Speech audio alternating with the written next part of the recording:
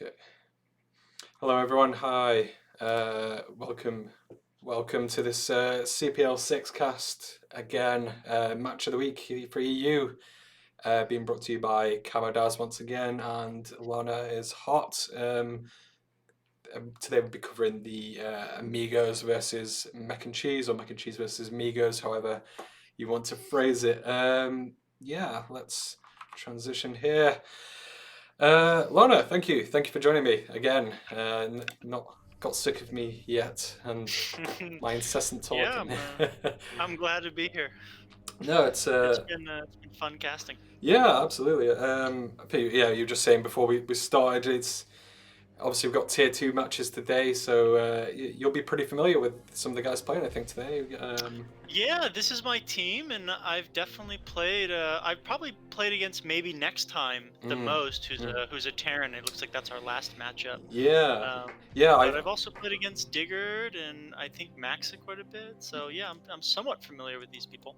absolutely. I myself, I've played against maybe next time multiple times as well, so very familiar with his style. So I'm excited to see his ZVP because I mean ZVT should I say, or TVZ should I say, because yeah, I only really played with him in pre-season, so it'll be interesting to see how much he's Mhm. progressed since then. Really, I'm excited. I'm excited. Yeah, yeah. Well, I Uh, think I think he and I actually talked about his matches as well. hmm. Um, I think we talked about it on Discord a couple days ago when we were playing, so I might have a little insight to what happened. No spoilers then, no spoilers. Right, as you guys have probably seen on the screen now, here are today's matches. As long as saying we've got Diggard and maybe next time, but yeah, go from the top of the list. We've got Diggard versus Snail 6, Leonix versus Gerthang. Oh my god, I struggle with this name. Mazaza? I'm really sorry. I can't pronounce your name. I apologize in advance, but he's against Rizzo, and maybe next time versus Balance SC. Yeah, so we can see we've got predominantly ZVPs and TVZ at the end. So hopefully we've got some good matches. I actually just realised as well that maybe next time is against Balance SC, who I fought previously. I think in RSL. I can't remember where I faced him, but he's very strong. So let's see how he does as well. But yeah, I guess if anyone has strayed onto the stream, I do this every time. But if you're somehow arrived at the stream and you're not aware what CPL is, CPL is Coach Pupil League, as you can see, little icon at the bottom of the screen there, and it's just a small sort of league where we predominantly focus on trying to get new players into the Brood War scene and also help improve some of the players who are a bit higher as well. So we start from anything from unranked people who've just joined Brood War, going all the way to people even hitting A, even some S in some cases as well. So yeah, we've got a broad spectrum here. And yeah, the idea is that people sign up, get placed into teams. You get assigned a tier, from tier 3 being the lowest and tier 0 being the highest. And yeah, in your team, you sort of play against each other and have some coaches there as well who can help refine and really get to grips with things.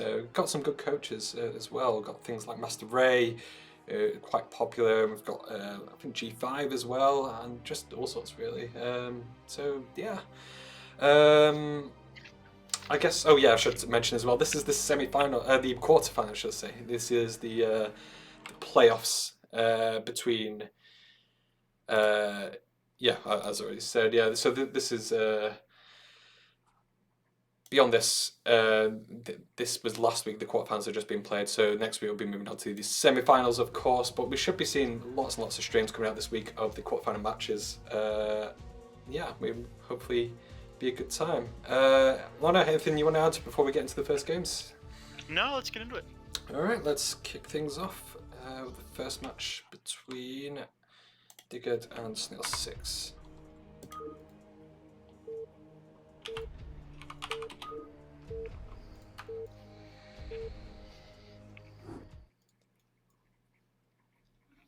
Right, here we go then.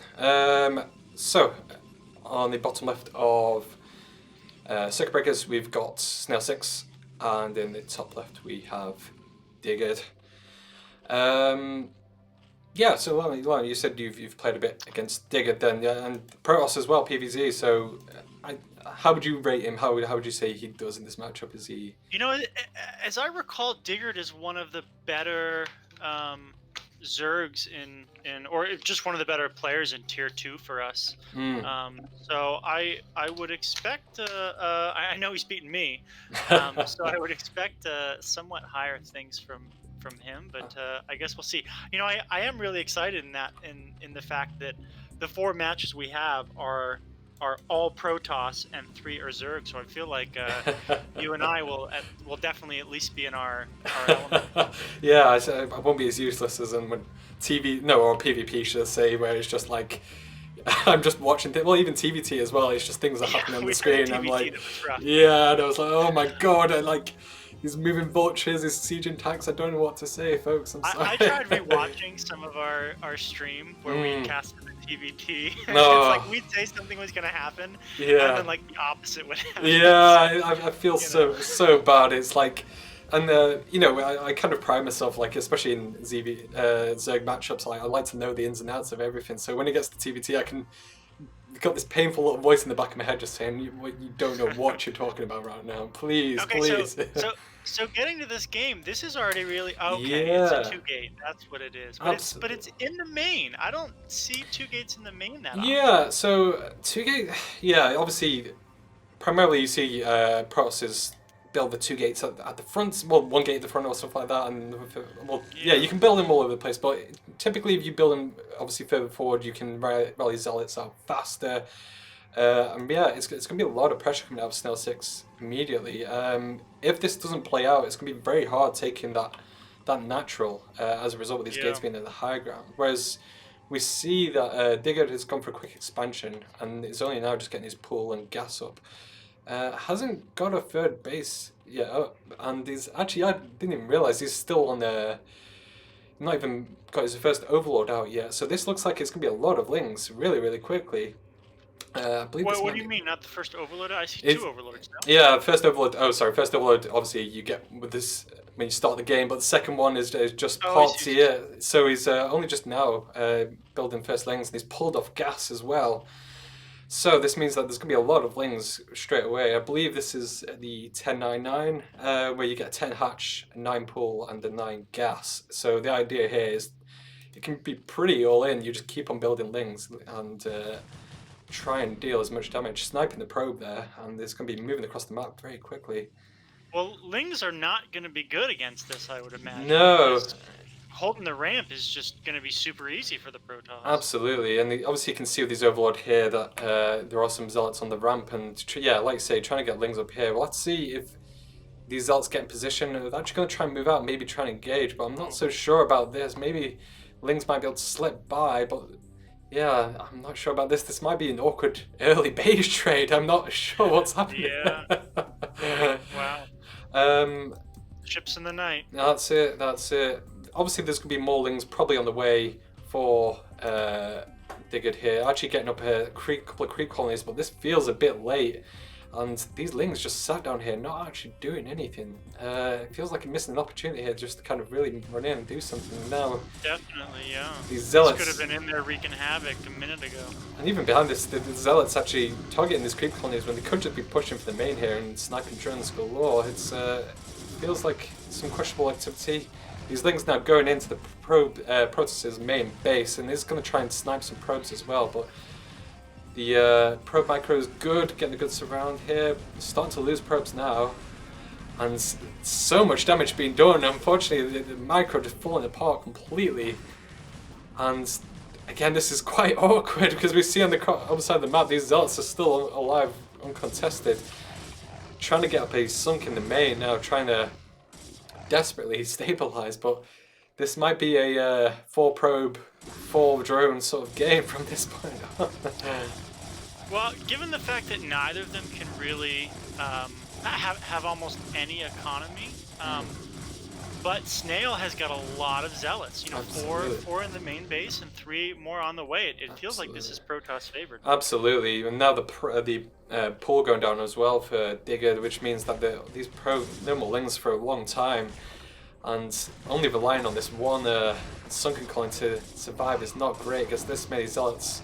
The drone micro is good though, it's going to stop these zealots getting all on top of it, but it looks like as the HP starts to fall, I say this and it's somehow magically, but behind this 3 more zealots coming up, it feels like they should just move in and try and finish that off. There's nothing else here, no pull for Digger, so it feels like these zealots could be missing a trick here. Choosing instead to snipe off this natural. It looks like Digger wants to try and counter-attack only 1 zealot here, 2 zealots actually on the ramp. And yeah, I've got to say this really feels Snail favoured at this point. Obviously, Paul's trying to be rebuilt at this point, but I don't know. It feels like these zealots could just move up and win at this point. Yeah, they definitely could. Of course, you know, the economy of Snail is completely wrecked here. We see only 4 probes, 1 going down there. But I don't know if all these zealots. It's gonna be hard. It's gonna be hard for Zerg to really do anything. Some nice micro though. It looks like might get another probe here. There we go. So yeah, this is a very, very awkward game really. When I get into these situations, I don't know. I kind of just want to quit immediately, even though I know I could play it out. It's like I don't know. It's going to go on for a while, and it's going to be so low econ really.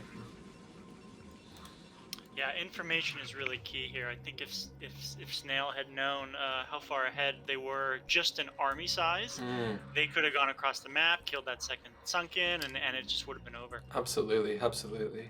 But behind this, the Zerg does get the pull up, and they're starting to get the drones up as well. Even choosing to move a few lings across the map to try and lay onto pressure, but it kind of feels like, you know, Snail, although he doesn't have many minerals and is barely mining at this point, you know, he just needs to carry on pumping out the zealots. There's nothing else that Zerg can really build. You know, Lair is a long way away at this point, so no threat of any mutas or anything like that. And this Overlord as well, spotting absolutely everything that Snail has. Yeah, we'll have to see. These zealots are going to try and move out now, and they might, hopefully, Digger spots this and tries to sneak attack. I'm not sure if these zealots are linked tight. I'm never sure with zealots on the ramp how...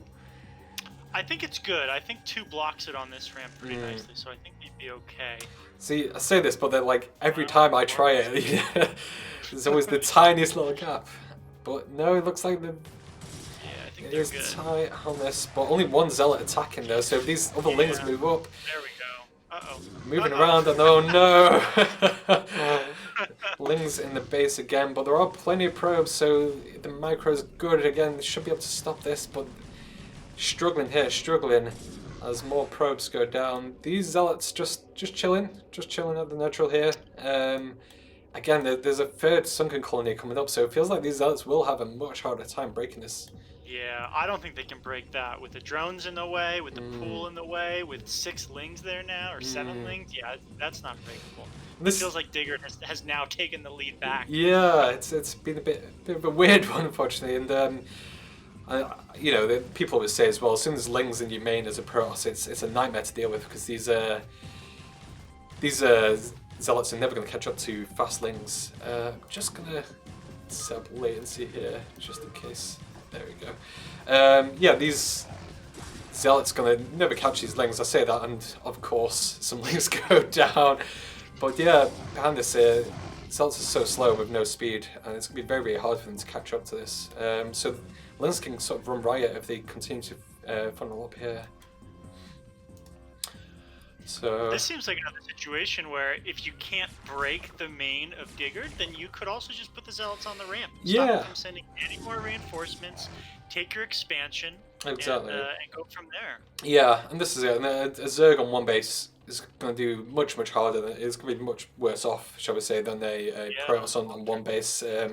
So it's, you know, we've got limited lava here, even with this macro hatch, just no minerals as well or gas to really pump up and get out. And now taking a wise choice here to try and essentially wall off the Zerg's main from themselves. And I think, yeah, this is correct play, I'd say, from Snail at this point. So So, we see a layer coming up, right? mm, Do you think that mutas are on the way, or what do we think's coming I'd next? say, yeah, definitely Aspire and Mutas is sort of the Hail Mary play here for Digard. Obviously, there's nothing that really shoots up, even if, you can see Forge coming up here and a Cybernetics core, but even with, Dragoons and such, unless there's a lot of cannons, it's going to be very hard to stop mass Muta. But again, there's only one gas though, so it's not like there's free gases, and 20 muteless on the way. So let's see how many cannons get thrown up here from. Well, you know what? We see the Cybercore and we see a Stargate on the way. Yeah, And it's absolutely. about half done. So they're both about half done, which I think is going to favor the Protoss. Yeah, we'll have to see how the control is for the Protoss as well. Obviously, if Right. Corsairs come out, you can get some Scourge, and it's really, if those first Corsairs go down, it's very, very hard for Protoss to kind of battle back against Right. that. But I think Snail knows what he's against. I think even he can't get into the main. He knows that there's limited options that the Zerg has in this situation. It's either pretty much Hydras or Mutas at this point. So I'm not sure Hydras would do much better in this scenario. But yeah, no cannons yet either for Snail. So this is gonna be interesting. I'd say that here comes the first cannons as well. So yeah, we'll see. Of course, a mixture of Muta against Muta and Scourge. How well these will do, and now we can see five Mutalists on the way. Could do a lot. Could do a lot. If we can snipe that first cannon, absolutely gonna do well. One Zealot poking up here, trying to figure out what's going on. Should see these Mutalists coming out. Yeah, I think they saw the Spire with that poke in. Yeah, these Mutas not moving immediately, but yeah, now first Corsair actually fighting an Overlord out in the middle of nowhere. I don't think this is the right thing to be doing. Should really try and keep this over your Yeah. cannon here Yeah, and one stop them. cannon's not enough. Exactly. And now as the Second away. first Mutalist come in, 5 on one cannon. This cannon isn't going to be long for this world. One Mutalist does go down though, but as we see, goes down. And now 2 Corsair though. If these Scourge come in and actually help battle this, gonna move in here and try and snipe it, and it's gonna be a bit of a dance. But yeah, there's free reign over the pros for now with these Mutalists. These cannons, one cannon will finish, but not gonna be in range to save this mineral line, fortunately. And I don't know, man. It feels like I don't know how Diggan managed this. This is some intense wizardry here, but he's done this. I'd love to know his thoughts in the middle of this match. It's absolutely insane. Well, I mean, you were definitely right about that Scourge, right? The Scourge with 2 Yeah. Corsairs, I think and the cannon's still up. Absolutely. And the Corsair staying in the main base, they could have defended that. Absolutely. But again, hindsight is everything Yep. in this situation, and there's GG from Wow. Snail. That's a dirty game. Yeah, it was really everything really. The 2-gate versus a 10-9-9 is always hilarious, really. But yeah, I feel for Snail in this situation. It's one of those where I don't know. You get to the end of it and you're like, oh my god, just I don't want another game of that. Please, just give me something normal. Give me something great. But then again, some players absolutely thrive off chaotic games, and I'm envious that they're able to do that. Really. So let's update the scores here and give Digard his first point of the series. And let's get next things up. Moving on That to felt like it could have gone either way a couple times. absolutely, yeah. Again, there was just that one time when there was only one sunk on there, like 80 HP or something like that, and but again, it's now just unable to know in those situations how much is left for the Zerg, really. So let's get the second game up and going and see how things proceed this time. If there's Well, gonna that be often feels like the difference between higher level players and lower level players, right? The amount of scouting that you can do, and keep the rest of your base functioning. Yeah, absolutely. just makes a huge difference. Absolutely. I think, yeah, like I say, so many players, I think, especially playing in like tier 2, tier 3, and even tier 1, even for myself, it's like there's so many unique situations you'll get into when you're just like, I have no idea what the precedent is here, and I don't know who's ahead, I don't know who's behind, because it's and this is what makes StarCraft interesting though, is that you get into so many different situations so many times, and it's always fresh, it's always new, there's something different that happens, and yeah, like you say, if you're Flash in like ASL though, or playing on the ladder, you've seen everything and you know everything, but for players at this age, it's this stage, should we say, it's yeah, it's tough. It's really, really tough. So yeah, coming into this game then, if you're Snail, Lana, how do you reset after this sort of situation? Do you think you play a longer macro game, try to go back to basics, or do you think you give the 2-gate a try again? Well, I mean, it already looks like we're seeing some sort of back to basics with the pylon at the natural. This map lends itself to trickery a lot of the time. Absolutely. So maybe they're hoping, especially with the fact that it seems like Zerg went aggressive in the beginning. Maybe they're hoping to hold off aggression. And then just go for a longer macro game. Absolutely. Speaking of trickery, looks like Digard going for something a bit funky here. Did get an overpull, but getting a quick gas as well, which is very, very early for Zerg at this stage. So no, the usual standard would be to get a quick pull and then a quick hatchery behind it, and then maybe thinking about you getting your gas a bit later on. But yeah, behind this, looks like Snail just going to get up a forge and maybe a few cannons, and he sees that there's no expansion here, so he knows that there should be something on the way. Yeah, immediately 3 on gas was taken, so I assume that means we're seeing speed. Yeah, absolutely. First 100 gas should go into that, and I expect he should pull off this first 100 gas after that, and yeah, unless he wants to go for a quick lair as well, but no, I can see start to pull off there. So speed on the way and a bunch of lings again, but I don't know, I'm not so sure about this. I feel like the cannon obviously starting to come down now, and it should be ready in time for by the time Digard gets across the map. Might need to pull off a few probes though to block the ramp and stop them causing chaos. Oh wow, it's second cannon coming down. And you know what? I think the second cannon probably didn't even need to be put down. No, it's better to just block the ramp at this point. Absolutely. You can see here probes coming down. Maybe just panicking a bit. Not in the right place though. Maybe get it in this little attacking his own forge. Oh my god, this is, yeah, I feel in this situation because I panic so much trying to get units lined up. But yeah, looks like Digard not feeling too crazy. I think spotting the second cannon as well coming up, and with this gateway, it's gonna be very, very hard for Digard to push in here. I'm really glad. I definitely think that the second cannon shouldn't have come down. And No. it should have just been the gateway. Yeah. And like a couple of probes to block. Absolutely. Again, if you're sort of new to Zerg aggression, or maybe you don't feel comfortable holding it, sometimes the reaction is, I need to get something up, and you're like, oh, is one enough? I've seen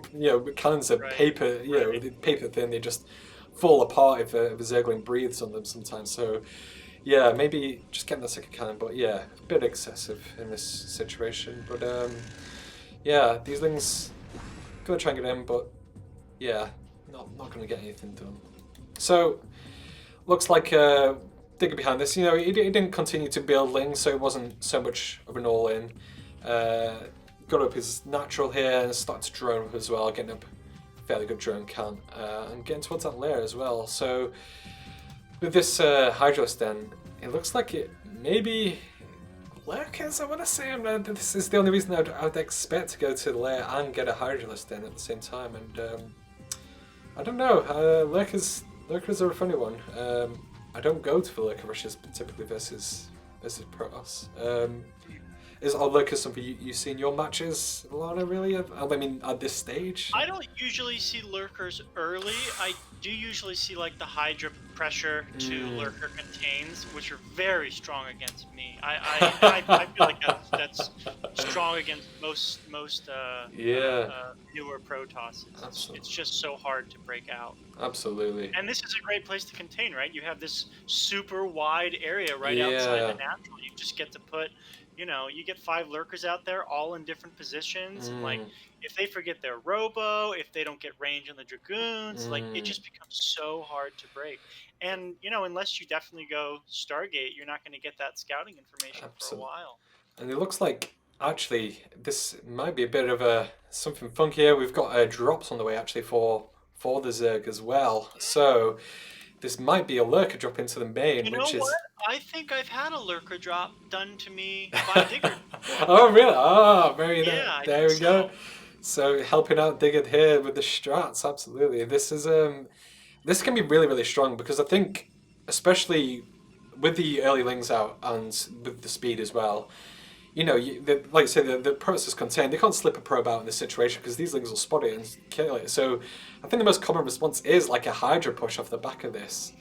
So, you're thinking about getting more cannons at your front, whereas meanwhile, in the main, there's going to be something slipping in. But there is a photon cannon in the main, though, so I think that's maybe some muteless protection. It might actually save himself from these lurkers. It depends how many lurkers get morphed here. We'll have to see. Wow, 2 cannons in the main at this point. Listen, I think this is sensible for Snail. Maybe spacing the cannons out a bit more, but Yeah. actually loading up some lings here as well with the start. But yeah, 2 lurkers look like on their way. But yeah, I think again, this is going to come down to control. These lings get on top of this cannon, and don't fire at this lurker.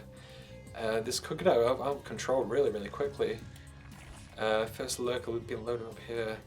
Again, from Snail's perspective, you have no idea what's coming out. You've just seen lings at the front, and there's nothing else. The Corsair coming out now. This could actually stop it, but unfortunately, completely misses this drop.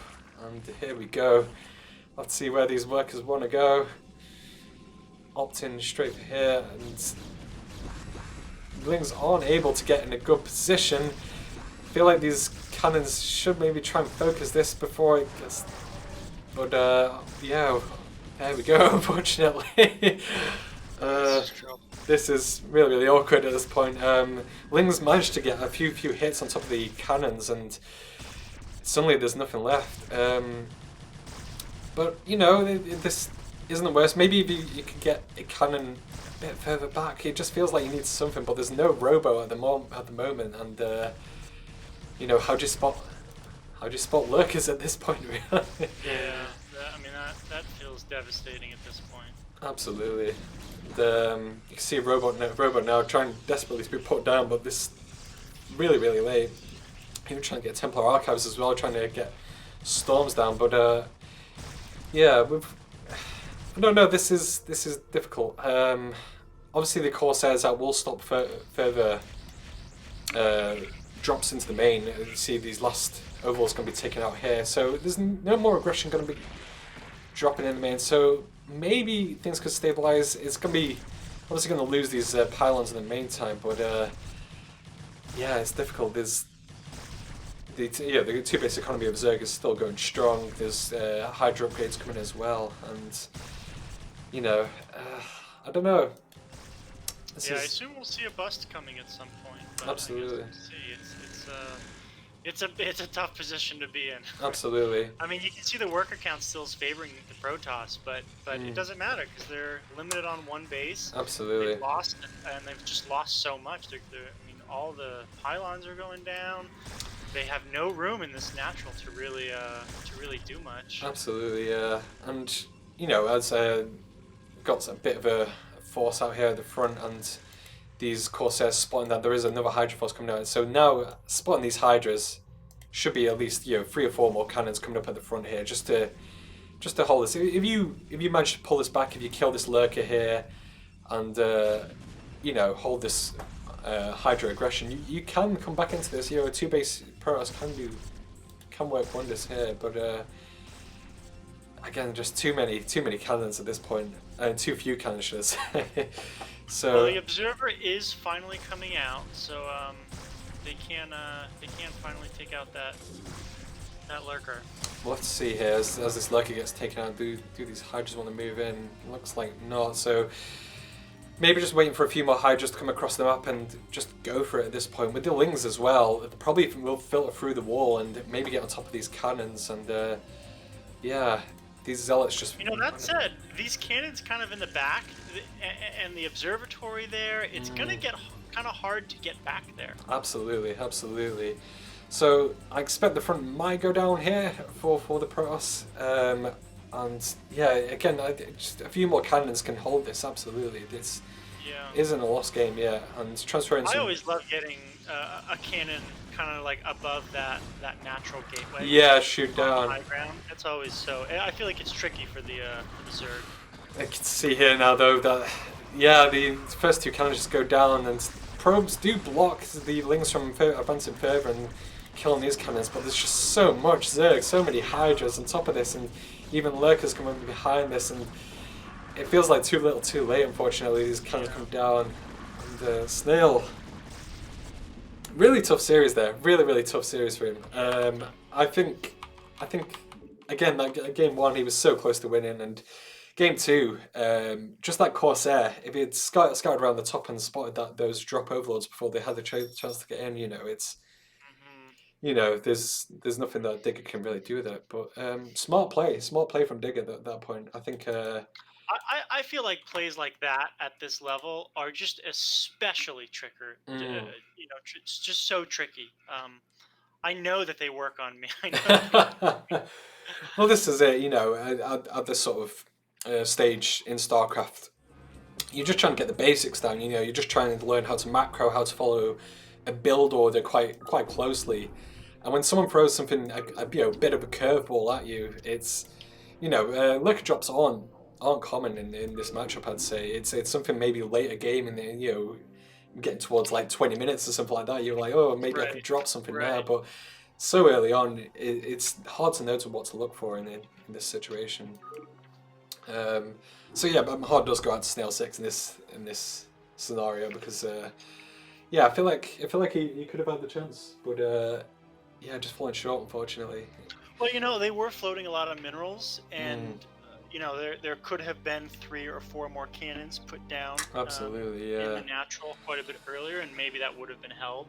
Yeah, but it's just so hard. Well, this is it. I think this is the thing is, as from an observer's perspective, like say we can see the minerals going up, and you're like,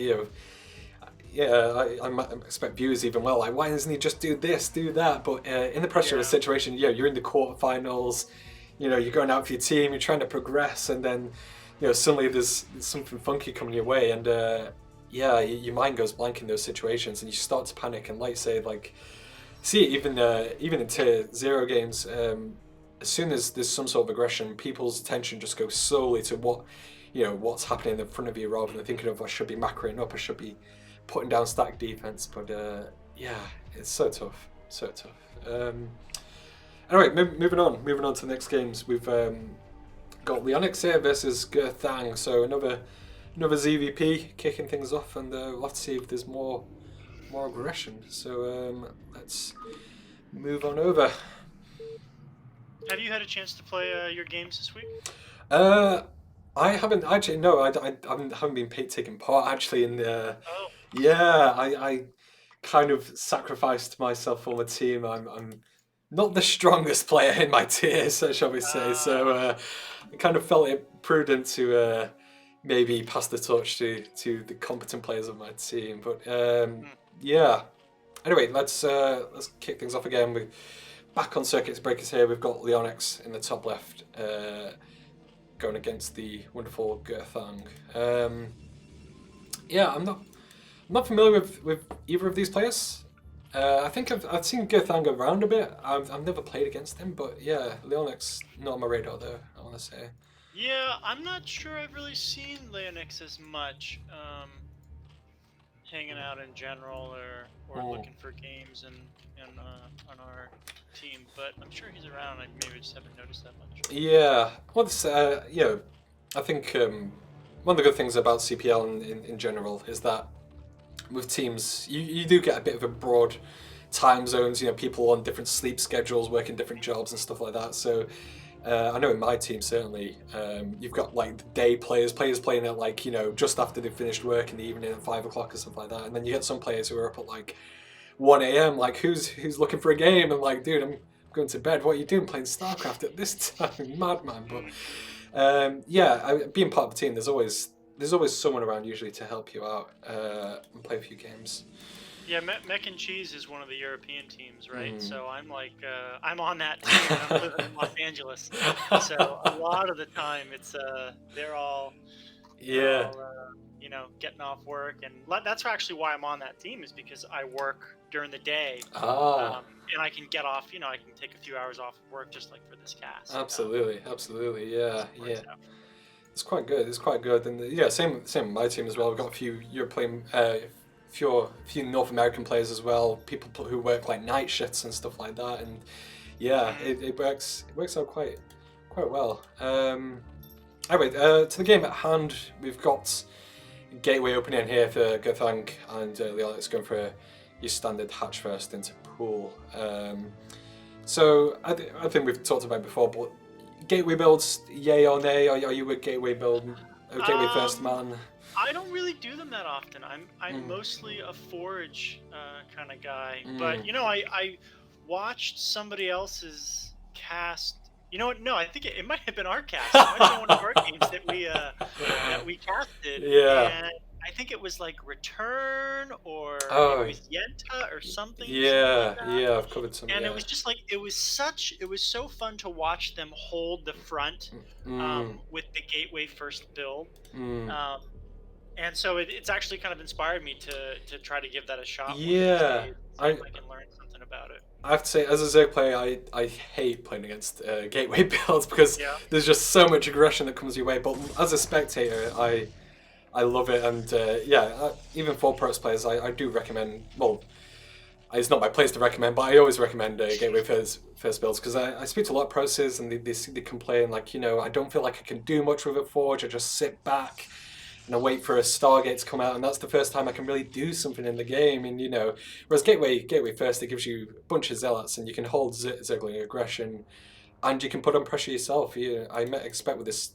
a fourth zealot maybe to come out at some point and maybe push across the map. And as a Zerg, it's a nightmare to deal with that many zealots. This is a lot of lings, right? Absolutely, yeah. Forge isn't up yet. Yeah. This is a cannon's on the way soon. This is surprising. I think this is it's tight between the Forge and the Gateway, so they'll probably be okay, but they're gonna have to poke out to not lose any buildings. Absolutely. And this feels a bit strange for Leonix here. Typically you've got your 3 bases up and you want to try and drone up at this point, whereas getting a lot of lings, it can put on pressure, but the drone scouted the Gateway first and all these zealots, so shouldn't maybe go for it, but there you go. And this is why I don't do it. Yeah, all it takes is a moment, and it's tough. It's tough because, like I say, Zerglings are battering away at your wall at the front, so you kind of feel like I have to get zealots out and stop them killing it. But these lings not getting too much done though. I feel like these zealots will just chase around, try and shoot them out of the base. But yeah, this is one of those things. Is like, I remember when I started playing Brood War, I used to try and do ling run bys all the time. It was like, it was kind of how I found success in SC2s, that I could get lings in and just kind of leave them and be like, right, they'll kill probes. But in Brood War, you need so much more control. And I find when I go for ling run bys, I spend more time looking at the lings rather than actually, macroing up and, Sorry, go ahead. I feel like it wrecks me. I know I can recall playing a game versus NCX. Yes. Where he played Zerg and he got 1 ling in my main that got 3 kills on probes, and I was just like, I was so frustrated, NCX's control is absolutely stellar. I've played against him, and yeah, he can do magic with his. I didn't actually just missed on this side of the map though. Leon's it's gone for Hydras here, no lair, so this is gonna be quick Hydra straight away. But he actually built 2 Hydralisk Den, and this is a funny one because 2 Hydralisk Dens are typically when you want to get both upgrades really quickly straight away, Right, and you can right. absolutely wreck Protoss with this. But I'm not sure I actually saw this other Hydralisk Den get utilized, so I'm not sure if he's forgotten about it. I'm not actually sure here, but it feels like this is a bit gas wasted here. Well, yeah, and the speed upgrade is already done, so Absolutely. yeah, unless the range was. I mean, can we tell if the range is done? Let's see. Yeah, I don't think it is. I'm not sure actually. I'm terrible checking with this sort of thing. It's kind of one of those things I measure. It looks like maybe it is done. I'm Yeah, I not think it's over done. sure, but yeah.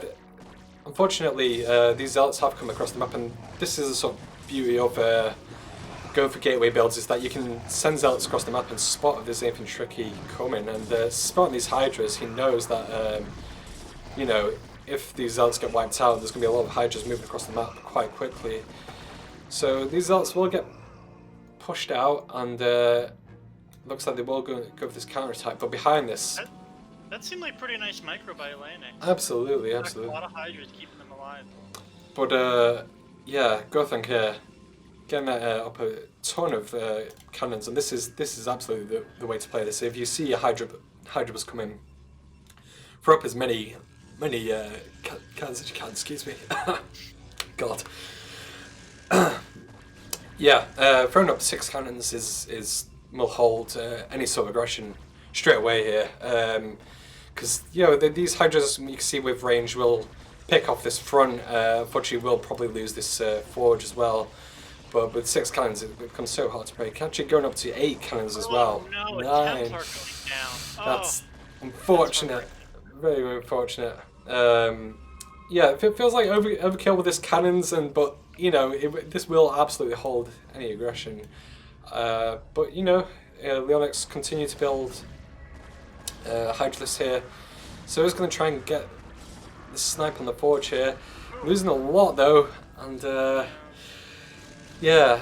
And again, this is kind of the awkwardness of a Hydra bust. If someone holds it, I don't know. Have you ever seen that Pulp Fiction theme? The meme where is it? I can't remember. It's the guy stood there looking around with his hand out, like, what do I do? And this is kind of what happens with a Hydra bust, because you're like, I guess I get lurkers and I try and contain, and it feels very awkward. It's like, oh, I have to drone that, but we can see behind this that he's going up his 4th and 5th hatcheries. So we'll have drone production up there, but I feel like Gothang could probably break out of this. Layers only just starting to come up for Leonix at this point, so Lurkers are a long way off. So if we can get up a few Templar and just get some storms out and can start breaking across the map, really. It's still going to be a little while before we see a big army. The gateway explosions is sort of just happening. We got a 4th one on the way. Yeah. They can finally start making that production. Oh wow, did they try to attack at the front? I didn't see that. There's actually a storm actually from one of those Templar wiping out a bunch of those Hydralisks. And again, at this point, it's a bit awkward because as soon as you start seeing storms, as a Zerg, at least for me, I start panicking. I'm like, oh my god, how much has he got behind this really? But see, there isn't too much here. There's just 3 Templar. These Zealots going to try and move out. Not sure about this moving out there with the Templar. Gets a good storm off, but yeah, risky play here from Gothang. So yeah, 4th base coming down at the 9 o'clock. Absolutely, yeah. And I feel like Leonix is making the right call here though. Some Zergs just get locked into Hydra Man and just keep sending them across the map, and with that many cannons, there's nothing you can do. So get up your Well, there. and now that Storm is up too, right? It's Absolutely. just going to be really hard to break the front. Yeah. See now, some kind of aggression might want to come along the way. There's a Archon here on like no health whatsoever, but a few Zealots and Templar as well. And there's not much of an army for Leonix, so if he moves quickly, might be able to put on some pressure, but there is sunks at the third. Did you say no health on the Archon? Yeah, well, yeah, I know it means But all nothing. shield. Yeah. It's always funny when you see an Archon get away with like 1 HP and you're like, oh my god, could spit at that Archon and it would die, but yeah. But yeah, it looks like Gothang maybe doesn't want to push the issue. Get up your third base. Again, I think this is smart. Circuit breakers, you know, with these bridges and some tight chokes as well. I think having your Templar and just, you know, is such a good way to make use of the map really in this situation. Just macro up, play a longer game. It's a big map. Yeah, Templar on these bridges can just wreck an aggressive Zerg. Absolutely, and later on at all times. Absolutely, it's a big frustration, and it looks like Mech want to collapse on these Hydras caught out at the front here. It's gonna be shoot away. Storm does go off, ends up doing more damage to the Zealots though. But there's a bit of a dance here, you know, back and forth. Might try and get a snipe in the Templar, but it's a lot of APM for trying to pull that off. But yeah, Leonix just getting up 44 drones is absolutely exemplary. I have to say, drone count is something I always struggle with in ZVP. I always forget about it, but actually getting more drones than the Protoss is something to commend in this sort of situation. So yeah, it looks like with game going a bit longer here, like a lot of you say you like macro games. These are the sort of games you revel in. Like, I don't know. Do you feel like they fatigue you like the longer the game goes on, or do you think you kind of get into your element? I don't have high enough APM to be fatigued. It's not a thing for me. I don't think I've ever gotten tired of playing a game. Maybe like when I play those 999 free money games. Yeah. You're just spamming units, but not in this. No, I'm all for the big macro games with 6 bases taken by both players. I'm all for it. I like having a big army running around. I think that's fun. Yeah. See here that there was as Gothang moved out, actually some Hydras took the opportunity to slip around and get some damage on this third base, and it's drawn the army all the way back. So really good position here from Leonix. I can see as the army gets moved across, these other group of Hydra gets moved out into the middle of the map, and you can start to pull the Protoss apart a bit here, like attack at the front, attack at the third, and just do a bit of whack-a-mole, and it's very frustrating to deal with in this situation. I think it was a slightly missed opportunity because they went after the Nexus. Yeah. And they might have been able to take out every single probe there Absolutely. and still get away with some of their forces. This is it. Coming from SC2 myself, buildings feel like no HP in that game, so you can focus down buildings and be like, they die. Whereas in this game, buildings are so tanky.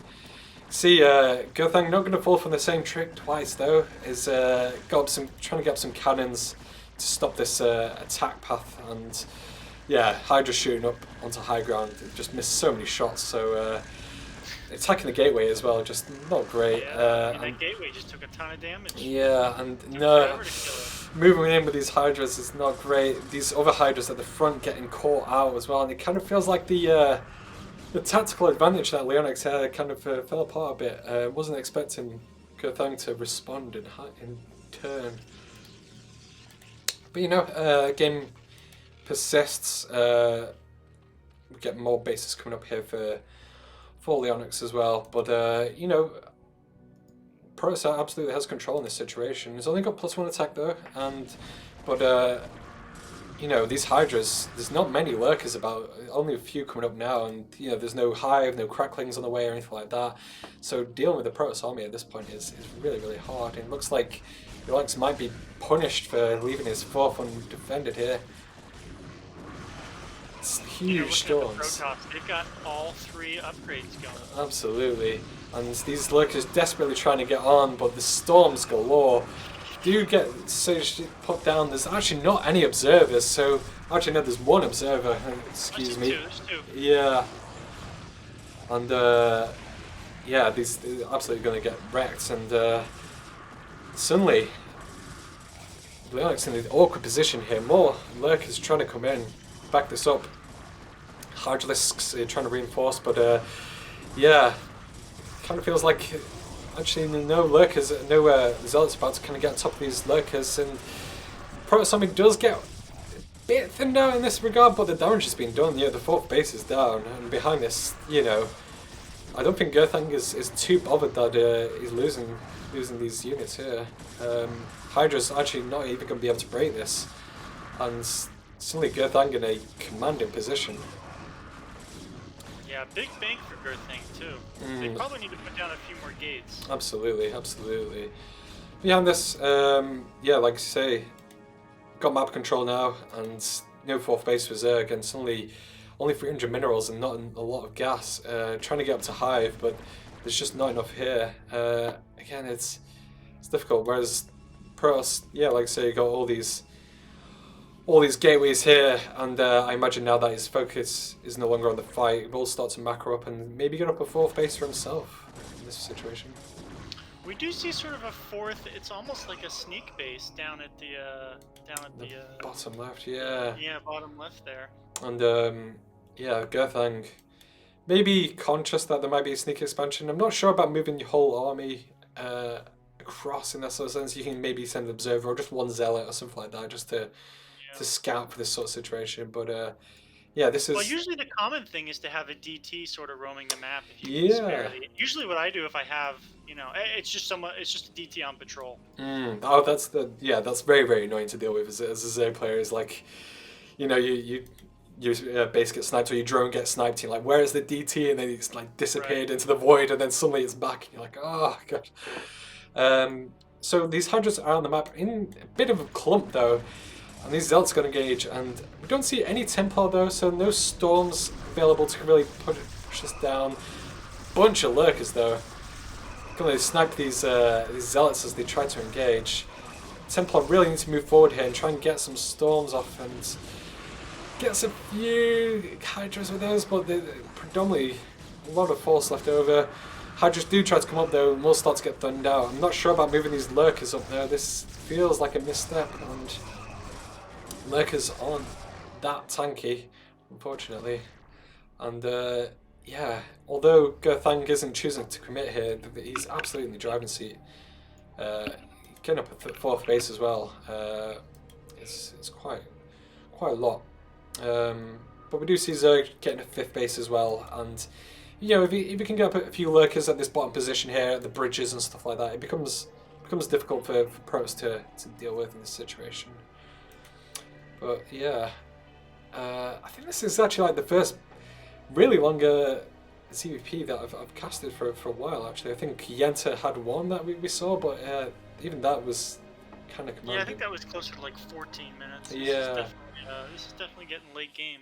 And I think this kind of shows that these players are somewhat evenly matched. You know, neither one has had a knockout blow, even though we see Gerthang absolutely in the lead in this position. But there's been trading blows all throughout the game.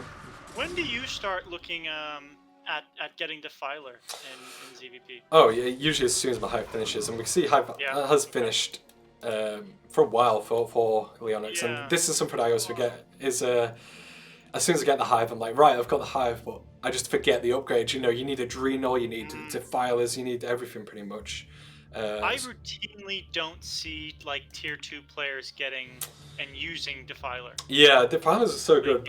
Yeah, especially with, you know, obviously Protosses have no healing in terms of medics or anything like that, so it's, you know, as soon as that damage is done with Plague, it's great. But see, this bottom left base has been spotted unfortunately by Gerthang, and it feels like the lead that Leonix kind of was relying on here is going to be torn away. This 5th base as well going to get scouted out. Hydras do try and come down though, and might be able to ironically trap this Protoss face. Not targeting the Templar though, and you can see going to be paid heavily for those. Oh my god, huge storms, huge storms. Just following this wall, just all getting pumped up. Oh my god, it breaks my Zerg heart to see that. I've been in that situation so many times. Leonix getting unfavorable trade. There is only Dragoons here though, but not enough Hydras to really back this up. There was a bit more of a Hydra force, could have maybe pushed through, but these Lurkers now just not enough, and suddenly the position for Gerthang is so commanding. We see that. Yeah, Leonix has still got 55 drones, which, oh my god, fantastic, but they've just got nowhere to send those extra drones, unfortunately. It's going to try and, as a desperation move, take this 12 o'clock base, which is, I don't know, when I try to take these bases, I'm like, oh my god, this is every Hail Mary there is in the book, really, to try and pull this off. But I feel like Protoss is probably going to spot this and pick this off. And behind this, we can see so many gates for Gerthang. These Lings trying to find damage here, but cannons as well to block the 4th base. And I don't know, it feels like options are running out for Leonix in this situation. Yeah, we're moving to desperation soon, I think. We do see that the natural and the main base for Protoss is just about mined out. And they are finally doing that probe transfer. Absolutely, yeah. Their base getting a bit low as well, but these Hydras trying to move out and find damage, but there's just nothing you can do. Actually, this base being taken in the bottom right for Leonix as well. I don't know how he's slipping out all these drones. This is remarkable. As you do play against some players, and you just find like the 5th Ninja expansion. You're like, how are you doing this? What is going on? But it doesn't feel like there's much Leonix can do in this situation. 72 supply double for Gerthang in this situation. It just feels like that Gerthang needs to push the advantage and Philly. It's funny. There's literally 3 hatcheries coming down at the same time right now. And this is it. It's you can't say to yourself, well, you can't kill them all, can you? If I've got 4 coming up, these Zealots will spot this 12 o'clock base now as the creep sort of starts to get expanded. But Leonix saying, "Oh, you've got that one," but little does he know, in the bottom right, I've got a few more coming. Gerthang going to take this high ground. As soon as Protoss takes this high ground, it's really hard to break this as a Zerg. Even the Zealot, even a shuttle with a Reaver as well, missed this coming up. It's going to be really tricky to break this as a Zerg, and I don't know, it kind of feels like Gerthang just needs to send these observers forward, see what's there, and start breaking this. You can see this Reaver going to slowly pick this away, and this could be another 5 minutes of this Reaver slowly killing 3 hatcheries here, but these That's never something I do either. I never try to bring the Reaver. They're just too much APM. Absolutely. These Hydras... I'd rather just get another base and add 3 gates. Oh my god, this drone transfer. My god, how did this happen to the bottom right? This is the mass exodus. This is... I mean, I've got to respect Leonix, man. He's got his bases up. He's still got his drones, but meanwhile his whole base is dying. This is, the death blow might be here, but can't say that the man knows how to drone and get up bases. Good lord, this is something I need to learn. It's something I need to take away from this game. But yeah, as we see, these bases start to get torn down. There's just no real mining apart from the bottom right now coming up, and it just feels like Gerthang needs to push from the main, go for the jugular, and kill the tech of the Zerg. These Zealots actually on patrol because he knows that there's something sneaky going on here, and this Zealot will find this base at last. Like, what the heck is going on here? But this is awkward. This is really awkward. Again, I've got to commend Leonix in this situation. This speed shuttle actually going to come in and maybe pick off the drones here, and there we go. Okay.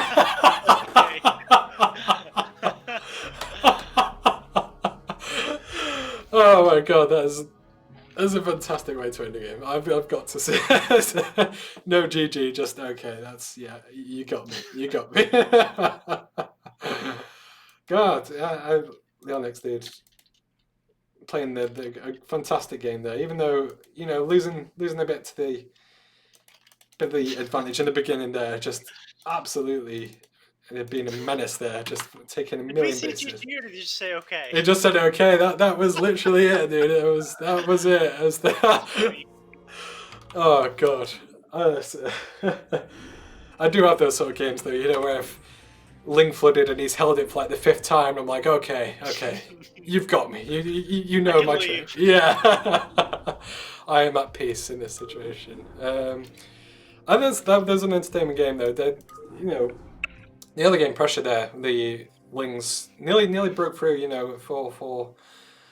For Leonix in that sense. But yeah, oh my god, there's chaos, utter chaos. So let's get the games up here. It feels like if if a defiler had come out with Swarm, holding those ramps with a few lurkers, not the ramps, but the bridges. Oh yeah. Just, it would have made holding all of those bases. Yeah, that's it. Like Dark Swarm, a lot of the Protos's bulk, shall I say, go towards that mid game is you're relying on those dragoons to really sort of deal damage from afar, pick off lurkers, and as soon as Dark Swarm comes down, it's like, right, I have to switch to zealots or some storms. And coming across the bridge with zealots, exactly. It's just not gonna be fun. Yeah, it's gonna be way more cost efficient. You're better off having 10 less hydras and spend a little bit of micro on getting that defiler out. Absolutely, and that's why circuit breakers is sometimes called Zerg breakers in that regard. Is that once a Zerg gets set up in those sort of positions, those chokes with the bridges and the ramps, it's so hard to break them, and there's so many bases as well. As Digger proved that, you may kill one base, but I can take 3 more behind it. It was his motto of that game. Well, they had that base at the 5 or 6, I guess 7 o'clock, and they had 7, I think, Sunkens that they all needed to finish. But like those 7 Sunkens with a Dark Swarm, it wouldn't have been breakable for a long time without massive expenditure of melee units. I feel like this is a bit of a trap I fall into with longer games EVPs, is that typically I'm an aggressive player, so I'm like, I need to do damage all the time, and whereas a lot of the players in ZVP, when it gets to the mid and late game, it's like, they're just like, okay, I'll get some Lings to maybe harass, but then I'll just take up lurkers, I'll just sit in my bases and get up my macro in that sort of sense, really. I think like you said, if you get some defilers, get some lurkers up at those bases, it becomes unbreakable, really, for Protoss a lot of times. But yeah, really fun game, despite the situation. So moving on to Eclipse, we've got obviously it's 2-player map, so limited scouting here. So I want to see if Gathang maybe wants to go for something sneaky again, maybe a lot of Lings, or whether he's just gonna maybe take things be a bit muted. Actually, looks like he might be going for a 9-pull here. No Overlord on the way.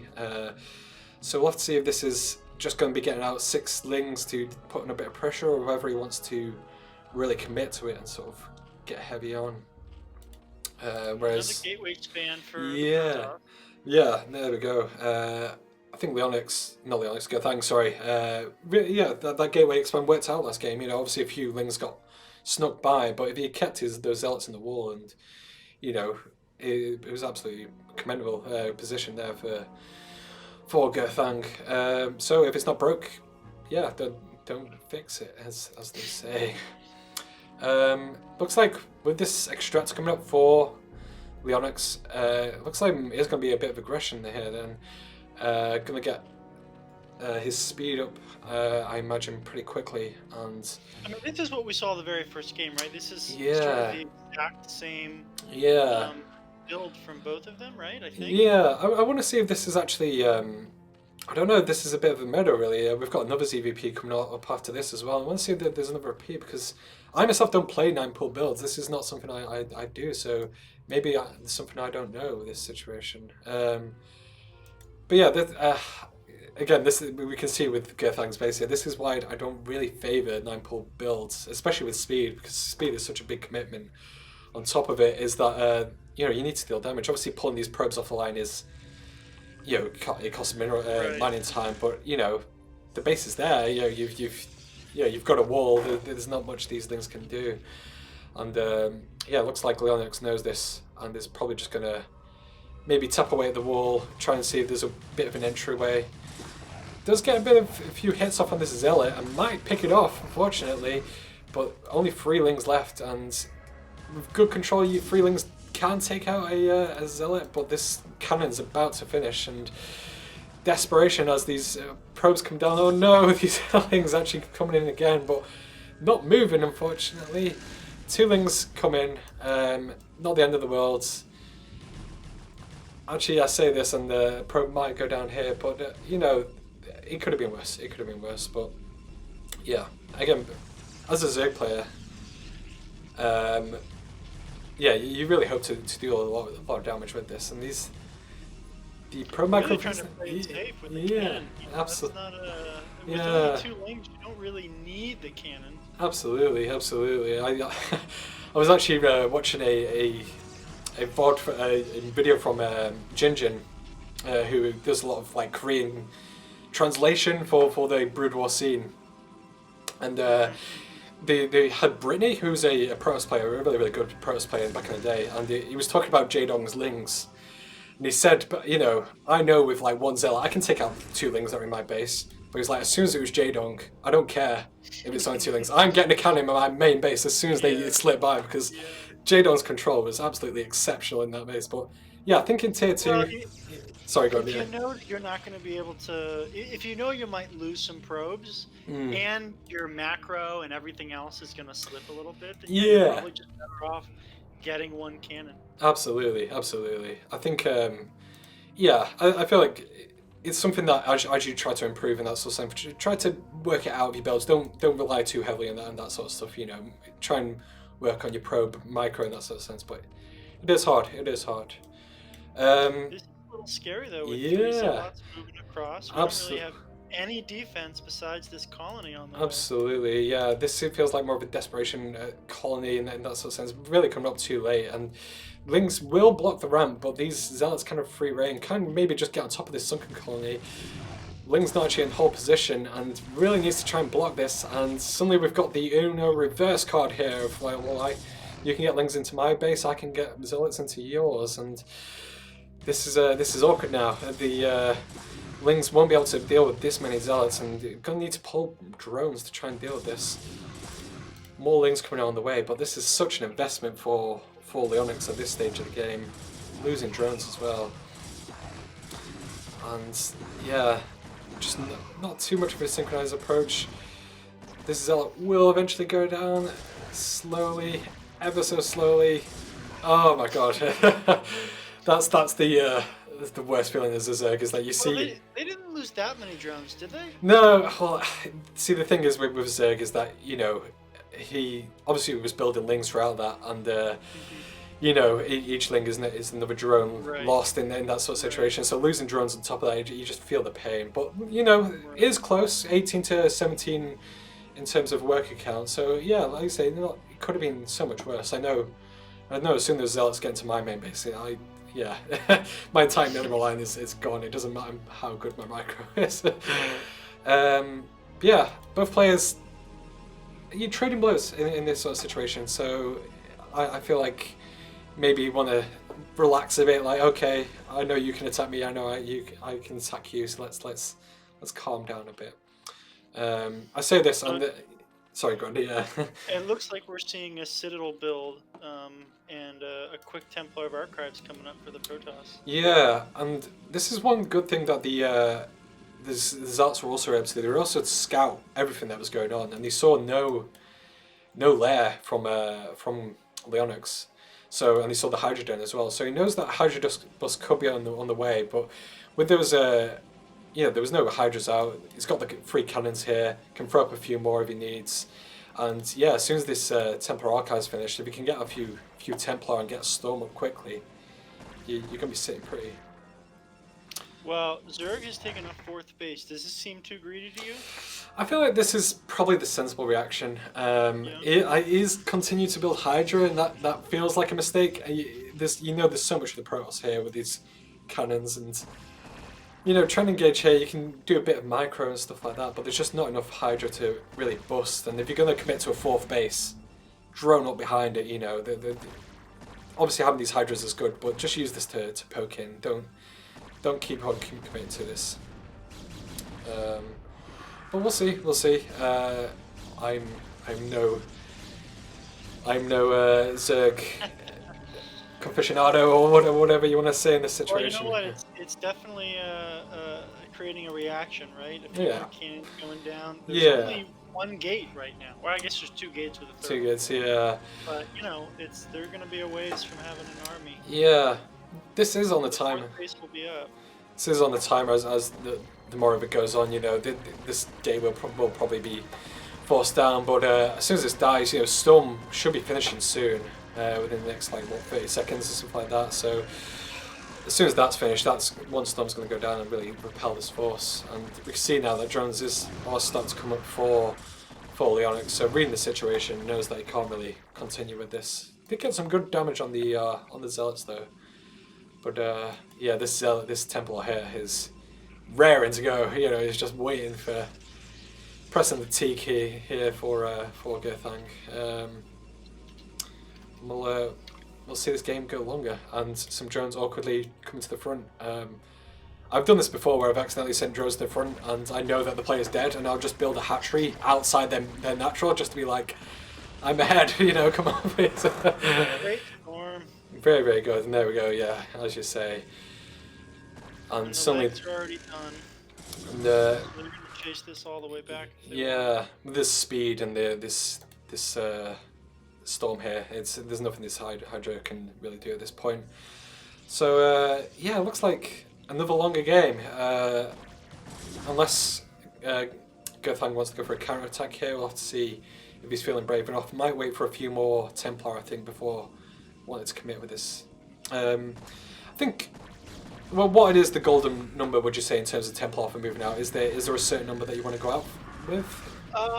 I've been told with a build like this, you kind of get a lot of Zealots, and you go out with 2 Templar, and you try to hold 2 Templar back at your main. I see. That might be less true if you have 6 cannons already set up. Yeah, you probably go out with a little bit more. Yeah, that's but I've been told 2 Templar. Yeah. Move out, and like a dozen Zealots or something. Yeah. No, I know, seeing certainly that number as a Zerg, your heart sinks, especially if you don't have a lot of tech a lot of forces, shall we say, to deal with that. These Zealots are going to try and move out now, just with 1 Templar though, but not a lot here. But like I say, there are 4 bases for Leonix, so he should be able to reinforce heavily, and you can see a few Hydras are coming up. Well, take a look at that 9 o'clock base. I mean, a ton of Sunkens this time. They're not messing around. Oh yeah, absolutely. And one good thing here is that these overlords can spot this force, these drones coming up again for a second force. Like, hey guys, no, you are not part of the Protoss race, I'm afraid, unfortunately. But yeah, these dragoons are good just to wipe out some overlords here. Always nice thing to do, and even another one here that you might want to pick off. But yeah, just deny the Zerg's vision, because as soon as the Zerg knows that you're pushing across the map, that can really trigger a huge response, whereas, for the time being, Leonix feels a bit safe and is just going to drone up a bit more. But, things continue. Upgrades coming up still for both players. But no Hive. And again, I don't know the specific timing, but I've been told as well that as soon as the Protoss starts going for a 3rd base and you're taking your 4th base, that's when you should start trying to aim for Hive. Actually, Lurker's only starting to come up as well, very, very late at the 12-minute mark for Leonix here, yeah. So, yeah, it feels like that Gerthang could have an opportunity here, but obviously doesn't know that there's no Lurkers on the other side of the field, and I think this is tricky as a Protoss player, is that you have such little vision of what's going on in the Zerg base, so you don't know when is the best time to attack in this situation. Well, there isn't really a wonderful easy base that they can hit right now, right? Every single base is is either loaded up with some Hydras and Sunkens or Mm, a ton of Sunkens. They've absolutely. invested a lot into static defense. I feel like still only one Templar. Oh, the second Templar coming in behind with this army though. But if these Templar can get in position and sort of move in coordination, this number Hydra, like Yeah. Eclipse is such a, can be really, really tight in these sort of situations. So one storm could absolutely wreck this. Trying to move in now quickly before the storms move in. Yeah, you can see there. Unfortunately, if there'd been a bit of coordination there, the storm moving in with the zealots at the same time, it could have a lot of damage been done. One most excessive storm there, killing one Hydra. It's very, very hard, very hard. Yeah, they still have two more, but oh, they could get sniped right now, and that would be bad. Oh, two Oh, Templar that's rough. going down, and there you go. And I think that's the other tricky part of playing Protoss is that Templar is so slow and always lag behind. Bit of an engagement coming in here, but the Onyx knowing not to push the situation too hard in this regard.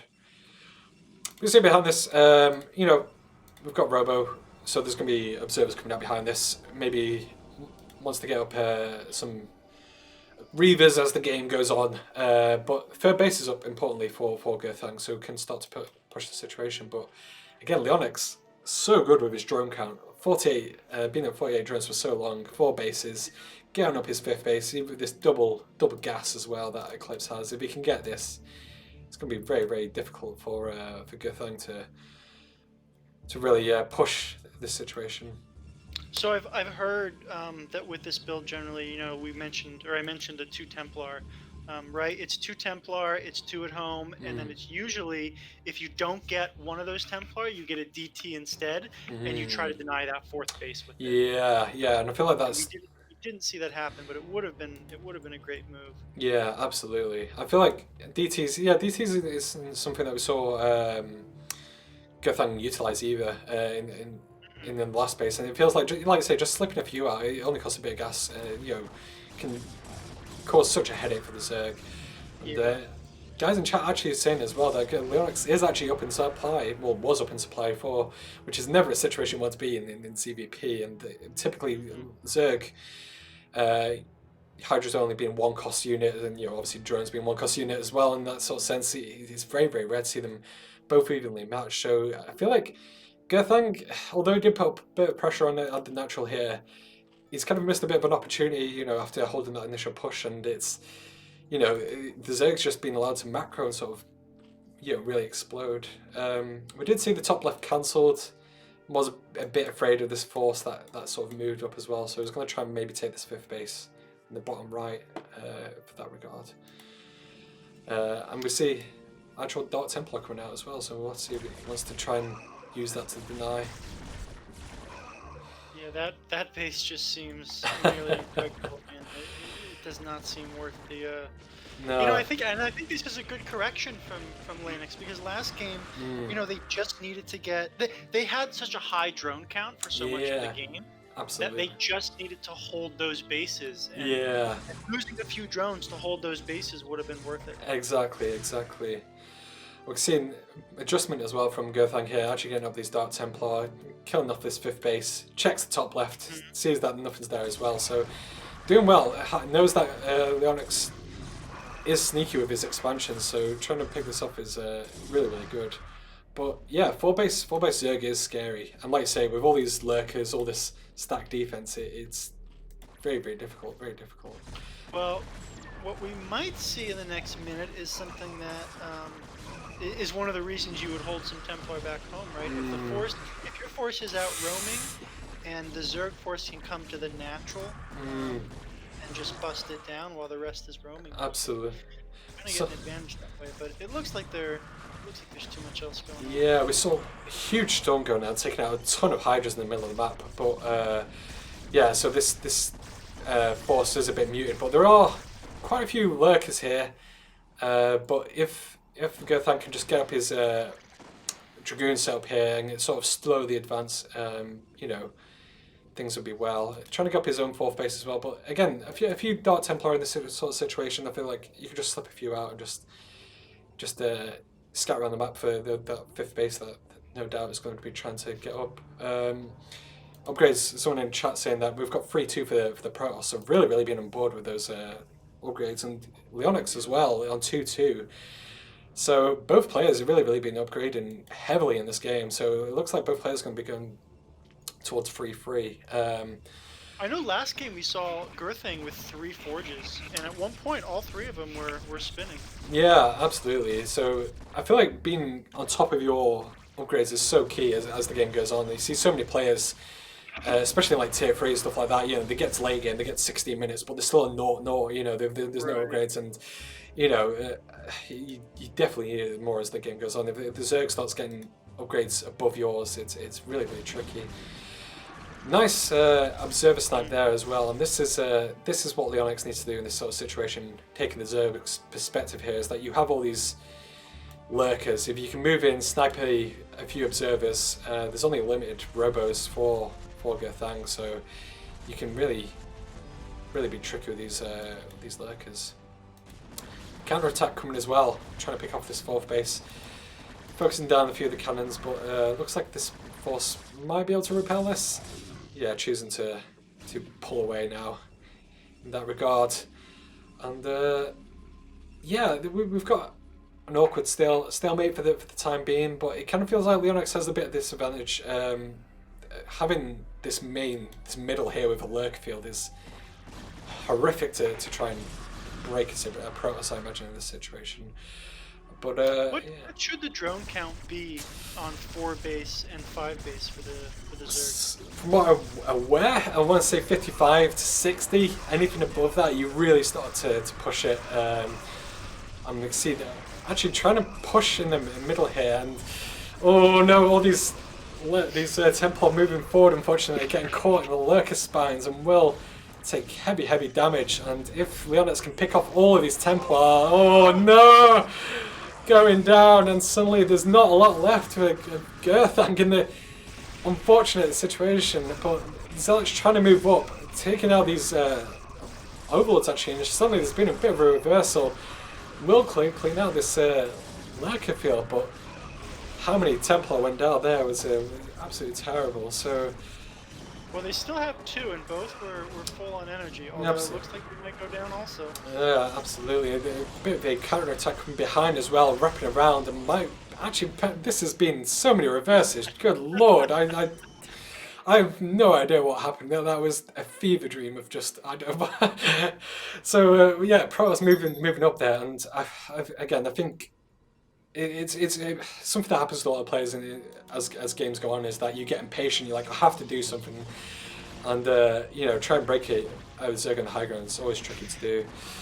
Might lose the 4th base. I'm scared for Girthing, yeah. Lose that base, and there's 2 fresh bases that have been taken. They're not droned, and they're not defended yet, but Zerg has map control. So absolutely. It's scary. We can see that as this 4th base has gone down, Zerg's been able to get the 5th and 6th base as well, or behind this as well. So even if this is held off, so much has been delayed, but these Zealots absolutely not going to be able to contest with that many Hydras, and suddenly there's not a lot left. Gerthang, I don't know, it was tricky. I think just getting a bit impatient with that push. Could have maybe just tried to hold on a bit longer, get a few cannons, but it's tricky. Long games are really hard to play. Might lose another Templar there. Oh, very unfortunate, but yeah. Yeah, they've done a great job picking off a lot of those Templar. I mean, behind this, it's like I say, Zerg has got map control. He's got 6 bases up. As a Protoss here, I feel like we see shuttles here for Gerthang, and this is maybe something you can try and do. Just try get some storm drops or some reaver drops or stuff like that. It's something to try and get you back in the game, because you've tried to play the Zerg at their own game here with siege positions, but it's not working out. And once again, Leonix taking this high ground, and yeah, so many drones, and oh my god, that's a lot of lurkers at the 4th base. And there's about 8 got set up, and oh man, I mean, they're just making a contain on them now, right? Yeah, they're taking the whole map and they're getting them contained. Yeah, and this is the smart thing to do. And it's all on high ground. Yeah, absolutely, and there's not much that Gerthang can do in this situation. If you get you snipe all 55 of the drones for Leonix. There's so many bases, you can just remax, you Yeah. just get a huge supply force out of here, and there's just not a lot here. There's so few Templar, and just not enough here to really break these sort of positions. And this is unfortunate. Gerthang didn't play a bad game. It's just the game slipped away as the Zerg was left uncontested to sort of, do what you like, just macro up. And now this force at the bottom getting wiped up. Nice storm at the bottom, but not enough, unfortunately. These Hydras, 3-3 now against the 3-3 of Protoss, will break through, but unfortunately there's just not enough. It's sure you snipe the 6th base, but look behind this. There's just such a huge Hydra force that's going to come out, and he knows that Gerthang doesn't have that much, and is actually going to try and surround this completely. And you're going to need a lot of storms to break that. And I don't know, that we might need a bit of a Benny Hill theme here as these zealots and dragoons start to get chased around the map. But yeah, actually getting contained on the Zerg's 5th base here. But this feels like desperation for Gerthang here, unfortunately. Well, we're going to see a big income drop as well now that the main and the natural for Protoss are pretty much mined out. Yeah, absolutely. Final units go down, like you say. Even with this Reaver on the high ground, I mean, Zerg doesn't need to do anything here. You don't need to break the contain. I mean, you don't need to force the issue in that sort of sense. Just contain them, wait for the 3rd base to dry out, and take your victory. Storms are nice. Yeah, exactly. And this is. You know what? Look at that. We finally see a Defiler Mound. The 24-minute Defiler Mound for Leonix. But in Leonix's defense, there's not been much to do in that sort of situation. He's, even with just Hydra Lurk, he's had such a commanding position at this sort of situation. But yeah, definitely making use of Hive will be good with those Defilers. And yeah, these storms continue to get let's go good trades here, but there's just so little. Every zealot that's lost or every dragoon that's lost is just so expensive for Gerthang in this sort of situation. Well, Lanix is even taking the previous 4th base. Good lord. So keeping up his reputation here of just taking every base he can. I just have to. We do see a drop coming at 5. Oh, so we do, yeah. Good reactions though, pulling away the drones there. That's razor sharp there. And there's a Hydra force that might pick off this. It is Gerthang paying attention. He's not. Oh, GG. Yeah. Wow. Great game. Great game. That was very back and forth for both players. And I feel like Gerthang had a potential in the beginning to really do something, but it's Leonix just knew what to do. Stay back and just draw up. It felt like the big difference between the two games was that the base, I think it was the 4th base was able to be sniped last game. Yeah.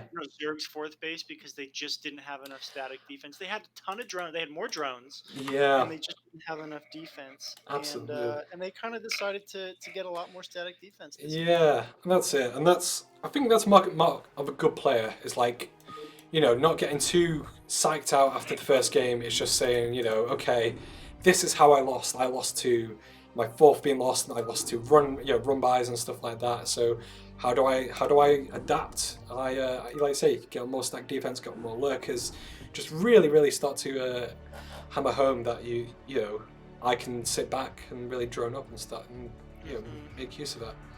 So we see 1-1 coming up. We also saw a raid from 80s Mullet. Thank you for raiding. And thank you for everyone joining the chat. Some good seeing players. We've got a huge variety of people here. So thank you for joining us. And my observing isn't great. So please bear with me in that sort of sense. I know how to talk. I do not know how to click the mouse and move the keyboard, unfortunately. So we'll be moving on to third third map in this cast. We've gone Polypoid, so let's get things underway.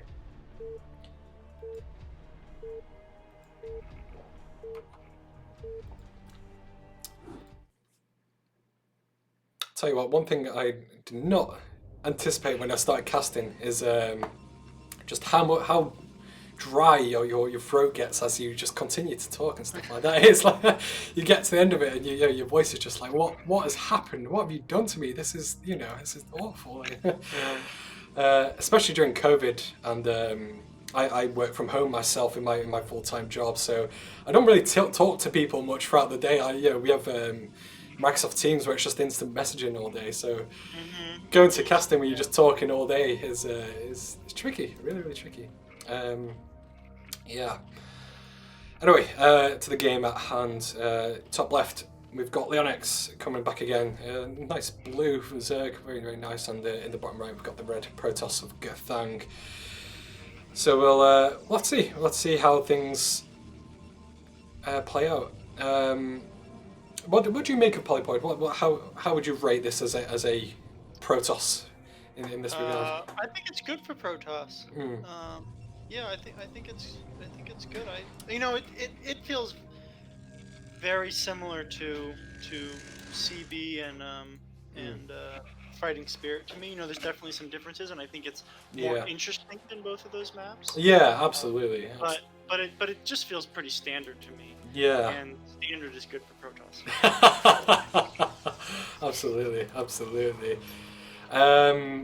Yeah, it looks like on here on the third. I mean, for Zerg, I don't know. Some Zergs really don't like Polypoid.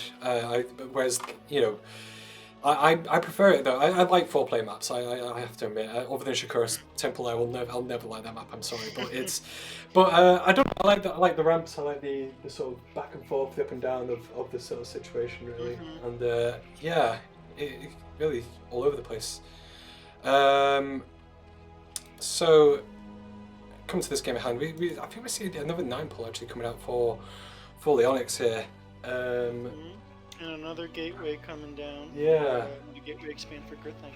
Absolutely. So, going to be a bit of a repeat here. Oh no, it wasn't a 9 pull actually. Sorry, my apologies. I'm all over the place. But yeah, the gateway expo here for Gerthang. Yeah, I feel like I don't know. Again, you gateway expand, you get safety and such really. But trying to push across the map with early zealots, it's a long way on Polypoid. So not as many aggressive opportunities, shall we say. But yeah, it looks like Leonix this time wants to play a bit more standard. Getting up a quick hatchery, no early gas, a few wings out here to stop the early the probe scout here, and yeah, playing a good game. I don't know actually. Is this Nexus late for Gerthang? It kind of seems like that. It's got 2 zealots out before. I mean, we sort of know that there's no lings on the way. I didn't see, so there's no cannon. I mean, I don't think it's too late. We'll see now that forge actually coming up. Might be able to stop this drone scout. Does, but yeah, Leonix has got all the intel he needs here. He sees these zealots. He sees the forge coming up.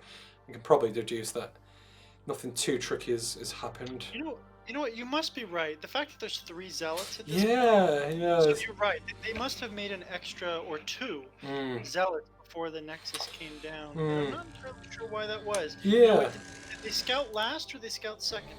I'm not actually sure. I can't remember. I should have been paying attention. Okay, yeah. North, and they went to the top left. Yeah. We see no vision of the bottom left here. So it's I don't know, maybe he was expecting a bit of aggression from Leonix, or maybe he wants to move out from an early zealot attack. We'll have to see what he wants to do here. Whereas on this game, I mean, for Leonix, it looks like he is going to go for this Hydra sort of bust time, and again, really likes that. See no layer and early Hydra den coming up.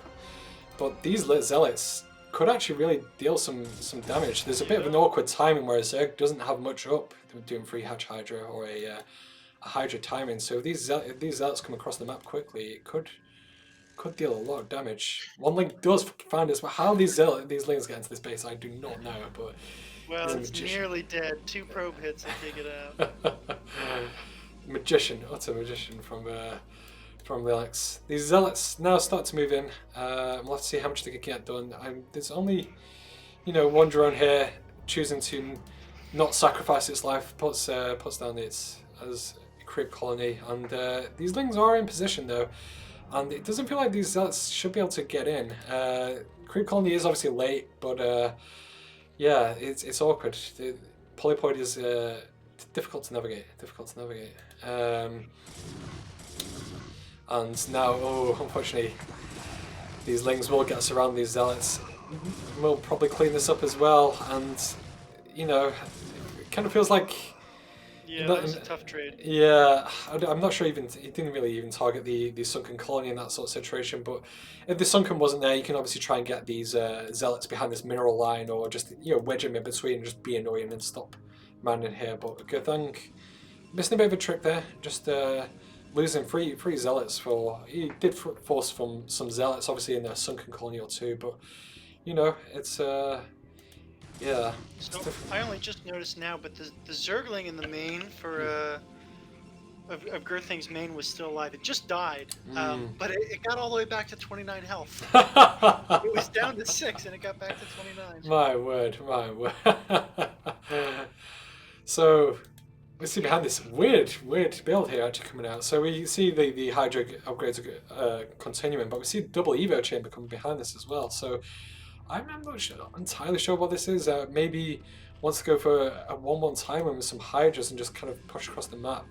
The Zealots didn't get into the main, so Gothang doesn't know if there's a lair here or what's going on in this sort of situation. But yeah, typically by now a free hatch Hydra build would have hit. So maybe Leonic's going for something a bit trickier this time.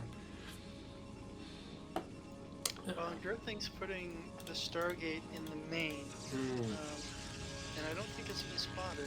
No, these overlords actually only coming in for the first time for Leonix, so he actually doesn't know what's happening in this sort of situation. He hasn't seen the tech yet, and not being able to spot a Stargate, he will come down and he'll spot this Citadel, and this might make him panic and think that there's a quick Zealot timing or something like that coming up. But yeah, I say this and Stargate isn't actually being utilised, no Corsair being built, and something's got Gothang spooked him, throwing up a bunch of cannons as well.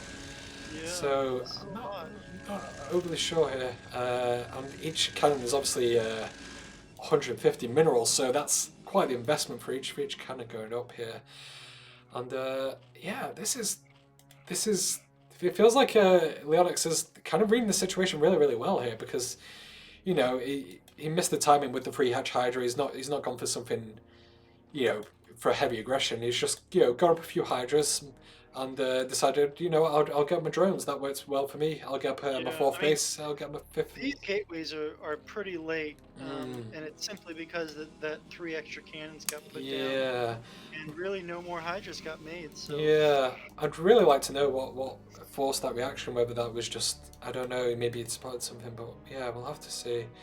The Zealots will move out, but with the sunken colony here and the Hydra's on standby, should be able to stop this. This is going to try and deny the fourth base, and this is what Gothang needs to do. Just stop Leonix running away with the game. Instant cancel with the fourth base there. But if we've learned one thing from Leonix is that you might deny this, but there's about to be 3 more hatches being thrown up. Yeah, so we're thrown up somewhere on the map. But yeah, Sunk's coming up at the 3rd, so that'll stop any aggression from these Zealots as well. So yeah, first Corsair coming out as well will deny these overlords, and that's always nice to do. But I don't know, it kind of feels like Gothang needs to make something happen here. Just kind of, I don't know. It kind of feels like the game could run away. The Dark Templar is nice though, and he does spot the Hydras coming out, so he's able to retreat. And yeah, these cannons actually weirdly working out with this. We'll stop this Hydra aggression here. Max in chat was pointing out that the fact that so many colonies had to get put down, it sort of negates all those cannons getting put down, so That's that lead is not as big as it very good, seems. very good point. Very, very good point. Yeah, absolutely. And it was only 2 or 3 minutes ago that Lanix had like four more drones. Yeah, Uh, yeah. workers. And now, because of all those getting put down, they're actually behind. We see now as well. He must be listening to you, Lana, because he's got a Dark Templar here on the 4th base, ready to take out this drone. And this is a good reaction. This is a good adaptation here. This drone will be instant sniped there, and the worst thing as a Zerg is that unless you're paying attention, you don't know what happened to that Ling because to that drone because you don't get an announcement, shall we say? Well, this is tough too, right? Because we're seeing a slow Overlord. Oh, just got Oh, speed. there we go. Yeah. It was a slow Overlord getting taken out, and they're not going to be able to take that base until they move an Overlord over. Yeah, absolutely. And this is, yeah, really, really good reaction here. Got 3 Templar out as well, so we'll be able to push back at this Hydra as well. So it feels like, as Gothang, maybe not had the best start, it's got a bit of a ride, but you can get up your 3rd base now, you're denying the Zerg's 4th base, and yeah, I feel like Gothang just needs to keep on top of this mass expanding from Leonix, and he should be in a good position, really, as we saw from game 1. And these, looking at these banks, at this point in the game, 11 minutes, and a 3,700 yeah. bank, not really.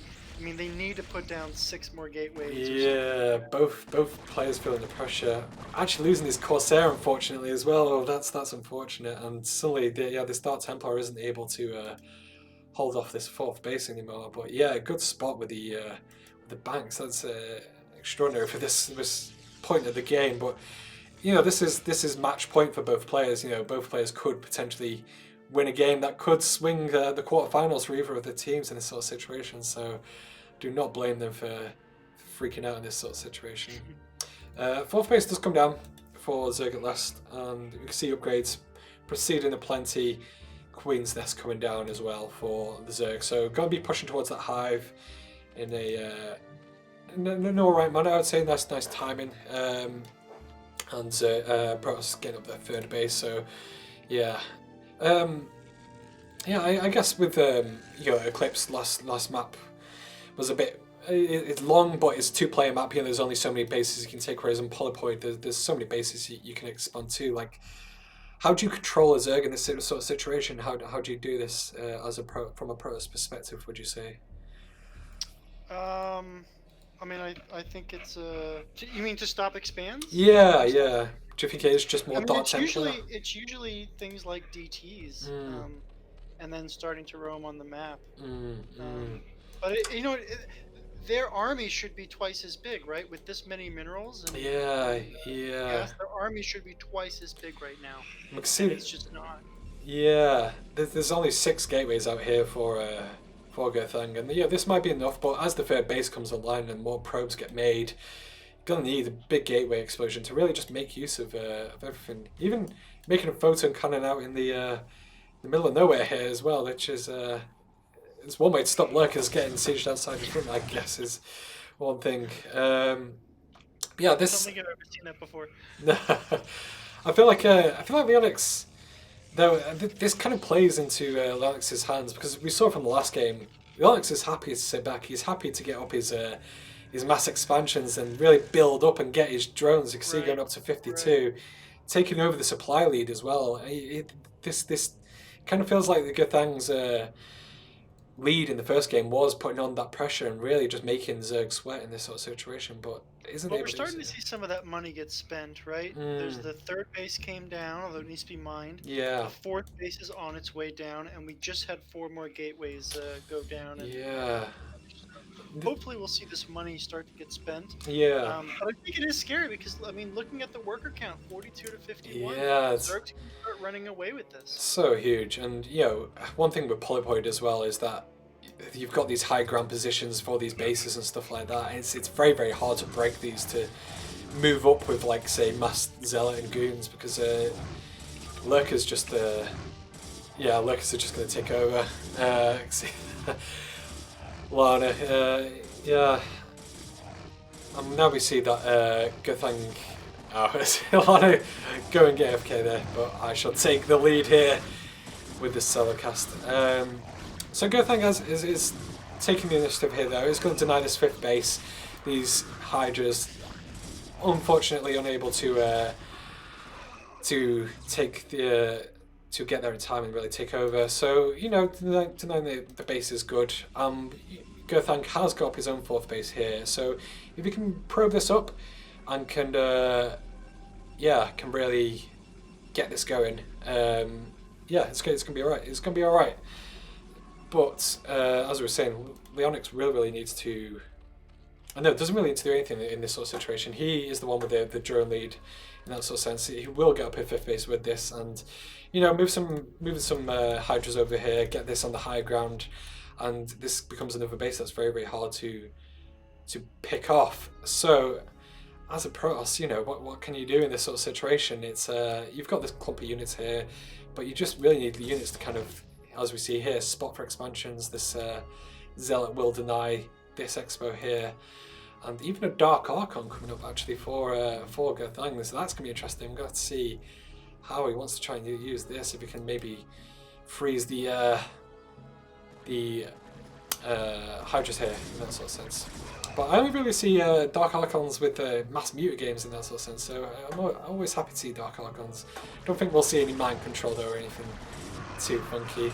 And the engage coming out here, and there we go. Dark Archon being used, and Storm coming on top of it. Great use there. Great use of the Storm and Dark Archon. There is what you want to do. And now as these Zealots come in behind, another great Storm, and suddenly, unfortunately, the Protoss forces are going to get thinned out. But there was some huge storms, and this is what you need to do. This is how you can do it.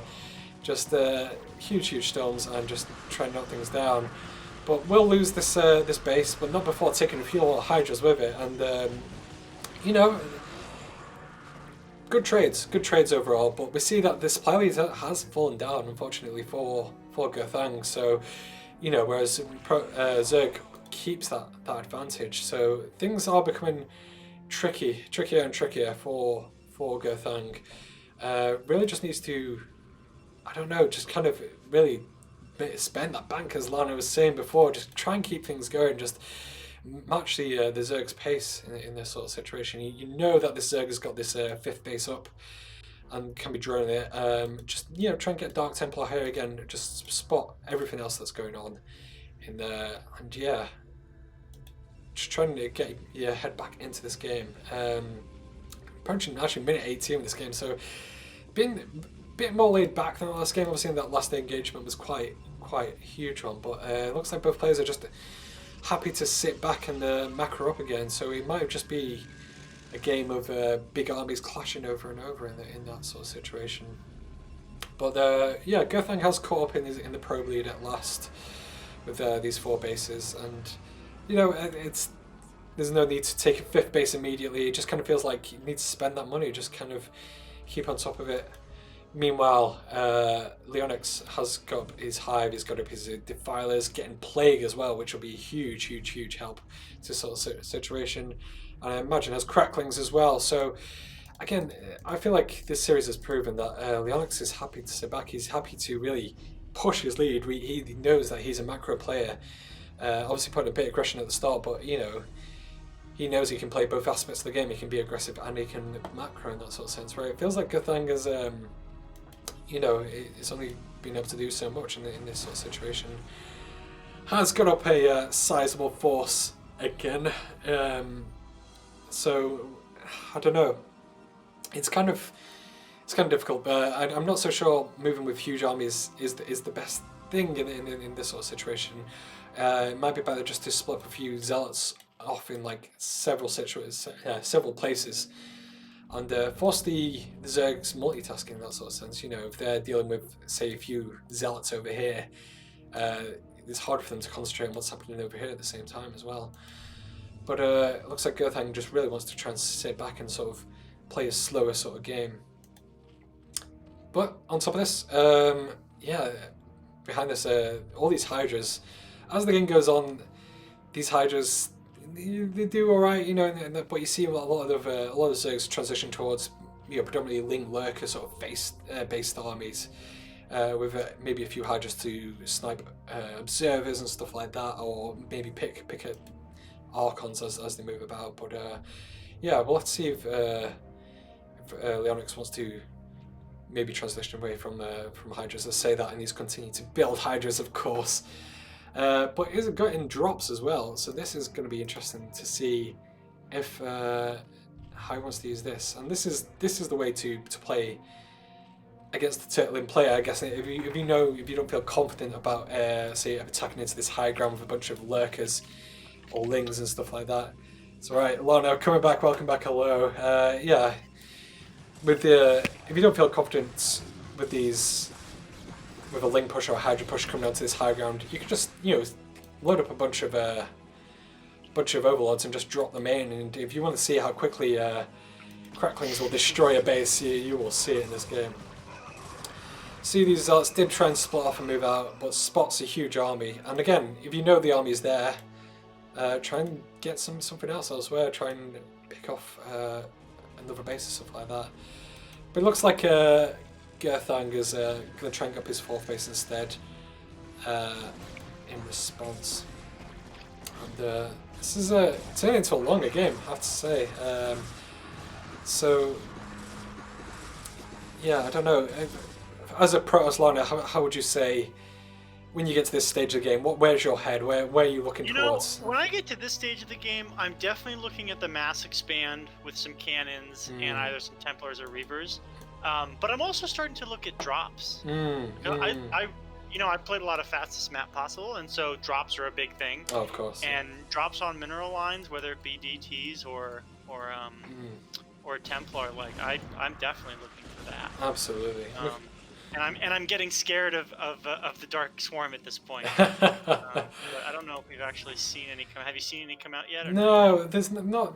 Actually, you say that just at the 5th base first, the Defilers popping, but play has been researched. It looks like the upgrades are there for the Defilers. So if he wants to try and make use of that, that's good. But yeah, we see some Reavers out, and we saw a shuttle as well. I'm not sure where it went to. Oh, there it is at the 5th base of the Protoss. So yeah, like I say, this is the way to do it. Just try and move across the map, jump behind mineral lines, and just pick off drones and stuff like that.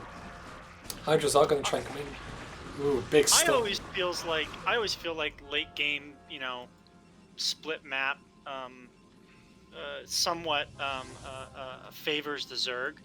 I don't know if that's true, but it feels like once Dark Swarm is up, like it just becomes really, really hard. Absolutely. I think if it's used properly. I know in terms of upgrades as well, what we see here, free and shield upgrades being researched for Protoss as well, but they say that the upgrades really drop off for Protoss the longer the game goes, whereas Zerg becomes a bit stronger in that sort of sense. And like you say, with tech units like the Defiler and stuff like that, even if Ultras, we see some games as well, like it can absolutely wreck face. So yeah, whereas it feels like Protoss doesn't have that same capability in that sort of sense, but let's see. I do like these little hit armies that are moving around. Yeah. But I think they could be a little bit bigger. Yeah, and that's just it. Like well, Gerthang should know by this point that Leonix likes to master expand, so should try and keep on top of it. Unfortunately, as these zealots are moving out, there's a Hydra sort of run by towards the 4th base. It is going to get on the high ground as well. Good storm though, taking a bunch of Hydralists, but there's so much more behind this, and this is the unfortunate situation of letting a Zerg mass macro, is that there's going to be countless amounts of units come across. The first Defiler is actually coming into the fray now, and we'll have to see if they want to maybe Dark Swarm or whether they want to Plague. And here we go. And actually not paying attention with these this shuttle, and oh wow, feedback actually completely eclipses that Defiler, and there you go. If you're worried about Defilers, just get Dark Archons and feedback it to oblivion is what we learned. That's almost never something that I do. It always sounds awesome. Let's see here. Some stacked storms. Absolutely, and Hydra forces will get repelled, and suddenly Gerthang does take the supply lead. Obviously lost now for the first time in this game though. So it looks like these players are just going to play towards like 200, maxed out armies in that sort of sense. And I do like these Dark Archons, I have to say. They're not something I see that often, especially in ZVP. So Yeah, I want to see more. I want to see more. Maybe some mind control and other things as well. Maybe Mind control. I yeah, don't know about that one, but mind control alright. a drone or something like that, and start building your own Zerg race as well. So, Well, the best unit's the Defiler. I think you should go for that. well, that's true. That's true, actually. Yeah. Good lord. See. So we're just about at every single base taken Yeah. besides the 3 o'clock. Is that right? That's right, and we see some drops being loaded up into the 5th base of the Zerg here. So it looks like that maybe Lennox has had a bit of enough of sitting back. He's seen that with his pushes that he's not been able to obviously push with all those storms and the Dark Archons and such like that. So maybe try and move around with some drops as well is a good way to do it. I'm not sure about dropping these expansions here. Maybe if there were a bunch of gateways in the bottom left hand here, it'd be good to take this out. But as it stands, all the tech for Gothang sits in this main base here. So I think being able to break this would be exemplary in this sort of situation. So as we go,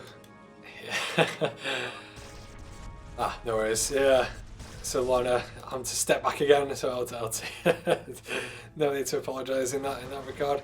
Drop does come down in the bottom left of the base and instantly snipes this base, and actually some arbiters as well. Don't know where I was for missing those, but yeah, these bases will get wiped out ever so slowly, and looks like Leonix should move to the high ground here and see that there's not much remaining.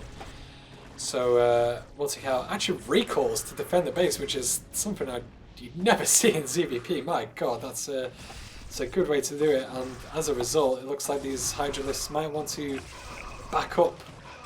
And yeah, there we go. Lurkers do get left behind though, and yeah, it wipes out the space. But yeah, Arbiters and Recall defending your 5th base. This is a good way to do it.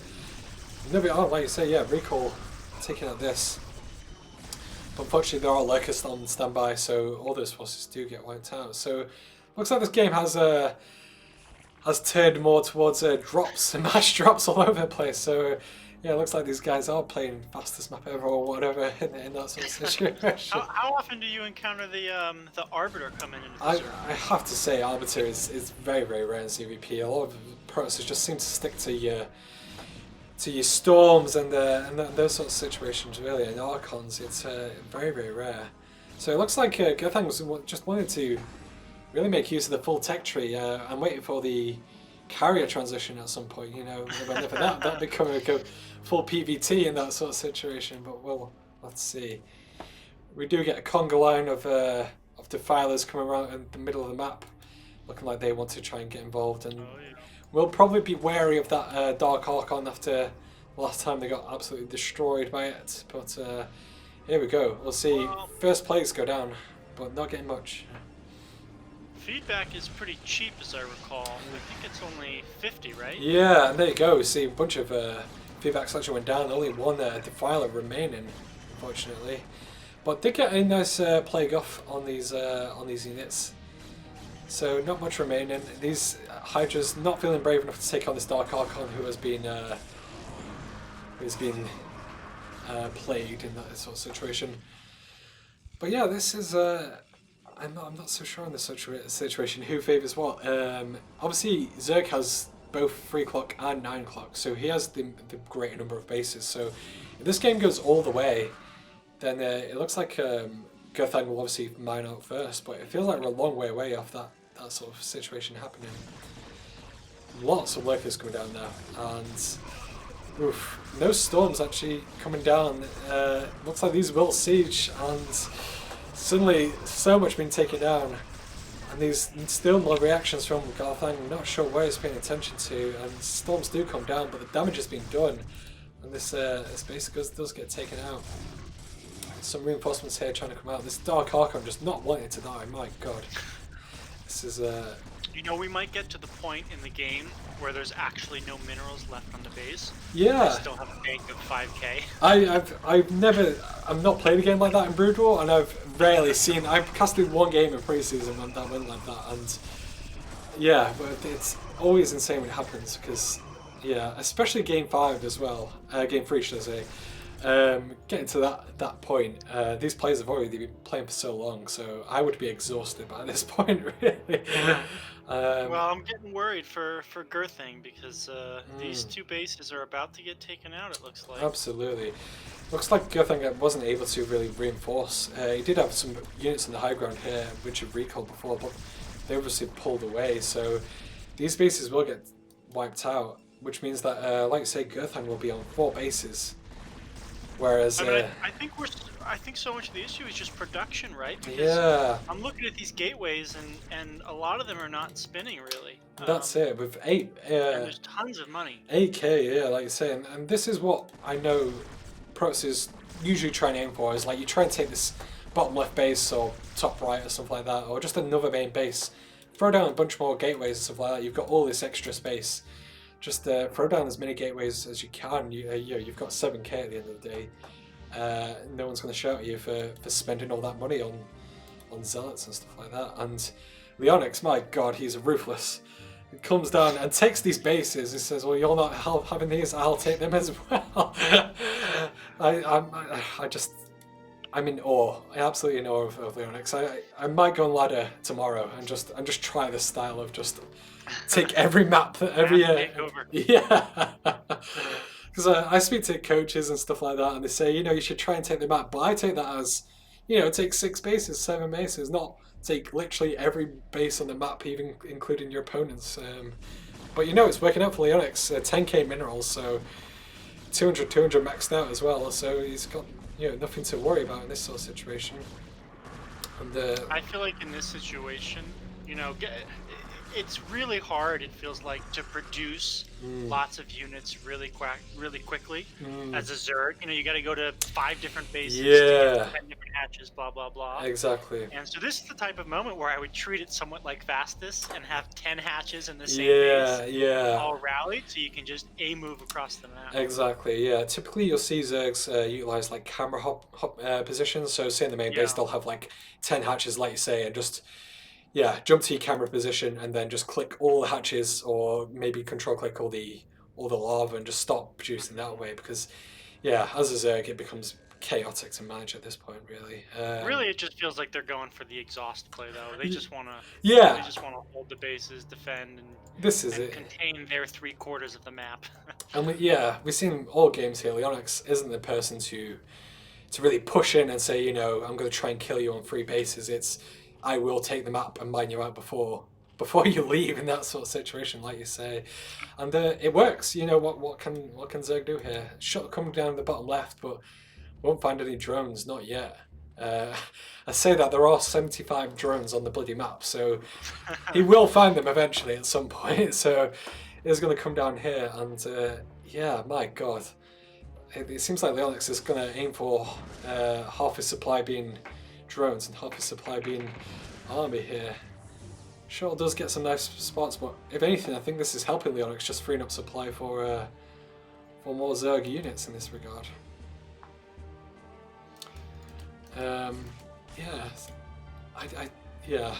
One shuttle is definitely not going to cut it in this sort of situation. Ironically, this the shuttle is going around and seeing all these mined out bases, but he will find purchase eventually. See some Dark Swarms did go down the bottom left, which is good. Some Lings coming in now, but this is the thing. Coming in from the wrong side. Yeah, and this is awkward because this is why Zergs try and move away from Hydras as the game goes on, because you've got Dark Swarm, but you can't hit cannons under Dark Swarm, ironically, because they're protected. And see, Storm's coming down there, wiping out these Hydralisks. So I expect that Leonix should try and move towards some Lings, really, and just try and overwhelm with mass crackling, mass Dark Swarm and stuff like that. And it looks like this base has been mined out for Girthang, and there's not anything left, unfortunately. But there's 7k minerals, so is the highest money Yeah, I've seen. who needs to mine? It's you've got all this money. Oh my god, such a big play coming down here as well. And yeah, this base is not long for this world. But again, good thing, he's got well, he's not got 3+3 shields yet. But there's no gateways down here or something like that. I guess not the end of the world if you lose it. But this shuttle though, my god, has been picking off all the drones here. But this is insane, absolutely insane. Hydra's current trying to come across. I've had some games, not like to this level, but Yeah. I've had some games where I watched the replay afterwards. Yeah. And the dude had, like 5K and 2K. Yeah. And here I was spending all this AP. I'm like trying to do these drops, right? And it's like, what's the point? He's got money for 15 minutes and he doesn't mine anymore. It's these games are absolutely insanity, and they drive me mad, I have to say. This force, there was a small force here trying to move out to this. I don't even know what base this is, but they're trying to move towards one of the bases of Leonix here. But again, it's not really done a lot with all these Archons and all these Zealots all game. It kind of feels like there's been a trick missed. With the disadvantage of having this many bases, as like you say, is just trying to manage it all, just trying to be in so many places at once. So, as we see here, Arbiters might try and go for recall. Just, go for this. Just try and move all over the map, keep the Zerg engaged all over the place, and sort of, yeah. But Gerthang really needs to try and take another base at some point, and maybe try and take some of the minerals that are left on the map, unfortunately. And this base... Yeah, we're really not seeing a whole lot of activity for someone who's been at 193 No, supply yeah. for a very long time. I mean, it looks like they're getting ready to do multiple recalls, maybe. Yeah, yeah, exactly. three arbiters at the top. It kind of feels like, I mean, as a Zerg, once you get to 200, you should just start throwing things in that sort of situation. Yeah. You're not getting any higher in terms of supply. Just start chucking in links, just start chucking in Hydras and stuff like that. And you can see recall is nice at the top. We'll deny this base. And, this is why it's good. You see all this army at the bottom left has to try and move across the map now. But in the meantime, nice stasis going off there, ironically, with the Hydra. And the the Dark Archon getting some action as well. And suddenly the space has been locked off, and this is the way to do it. Just force recalls all over the map. And oh my god. Yeah, more Hydra's being locked down here, and this is insanity. Oh my god! There we go. This is what we need to get to, and finally, Gerthang says at the 37-minute mark, "Let's play some StarCraft. Let's start killing some units." And this is great. Oh my god! Even Stasis in this. That said, they did this massive recall, and they really could have also just moved up the map. Exactly. Right? They could have walked right into the base. Yeah. They didn't actually need to do recalls. They could have saved recalls maybe for bases somewhere else. I won't complain because I love recalls because they feel like you're styling on the Zerg a bit. You're saying, "Yeah, look what I can do" in that sense. But this is a weird situation. I don't know how this happened, but we've got stasis overlords in the top right, and we've got just this random units over here. We'll take out this base. So if Gerthang can just take out this Hydra force here, storming a lurker there, and there we go. That's what we want to see. Might be able to take this top right base, and I don't know where Leonix's army is in this sort of situation. It kind of just feels like it's all over the place. Yeah, I think it's everywhere. I mean, I think he has units that he sort of doesn't even know exist in spots. You know what I mean? Like, there's a lurker here, there's a lurker there. They're just kind of all over the place. And with the map so like blue and dotted out, you kind of don't know what's an overlord. Like, I'm looking at the middle, and it's got like 4 random lurkers next to some overlords. Like, you just can't find everything. This is where you need that.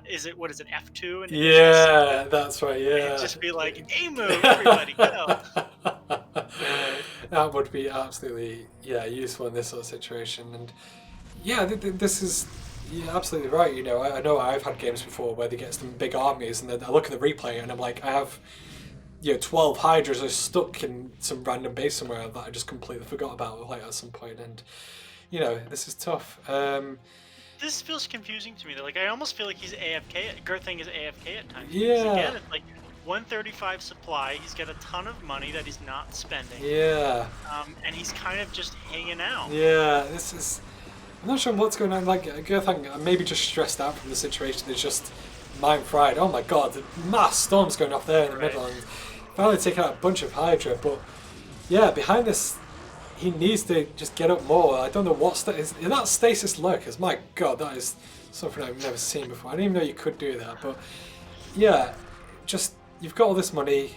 Get up with some more army and just try and do what you did before. Try and these bases are trying to be re-established, but take them out in that sort of situation. He's ironically waiting for these lurkers to be on stasis before he can take out them, which is just something I've never seen before. So this has been a lot of firsts. This has been first time I've really seen the Orbit has been used in a sort of CPL game and in the ZVP, should I say, and Dark Archons as well. This is madness. Good storms going down, taking out more, and there isn't actually a lot left here for Gerthang, so as these Archons might go down, I don't know what's happening anymore. I don't know what to make of this. This is my brain is broken at this point. Yeah. I mean, they're clearly not AFK, but like I felt like earlier in their other games, like the production was pretty. Yeah. Like again, there's like we're looking at 91. 91 is the count, and Yeah. none of these gateways are moving. It's not like there's that much going on. Right Yeah. now, so it's a little confusing. This is very, very, very, very strange. It feels like that Leonix has finally managed to push through, and so many storms going down now, but it will break this base. There's not much left, is it? Yeah. I don't know what happened. I don't know what that game was. I feel so. I don't know. Gerthang. 41 minutes, 15 seconds, though. Yeah, Gerthang and It's a long one. Gerthang and Leonix. Hats off to you, because playing that sort of game, my brain would be fried after that, and I think both players were just exhausted after that map. But looking at that, it's my god. So, right, well, I don't even remember what happened. I just kind of like, I don't know, astral playing at the end of that game, and things were dying. There was stasis. There was, I don't know, there was something that happened there. But then there was a game of StarCraft that happened, and Leonix won. That's the important thing. Mech and Yeah, Cheese mac and cheese. making waves today, taking out two players in tier 2 matches. We'll have to see. Remaining players can bring it back for Amigos. I am just going to take a quick 5-minute break whilst I refill some water, because Right on. after See you in a few. 41 minutes of that, I need a brief break. So be right back, guys. Just hang about, and we'll be back shortly.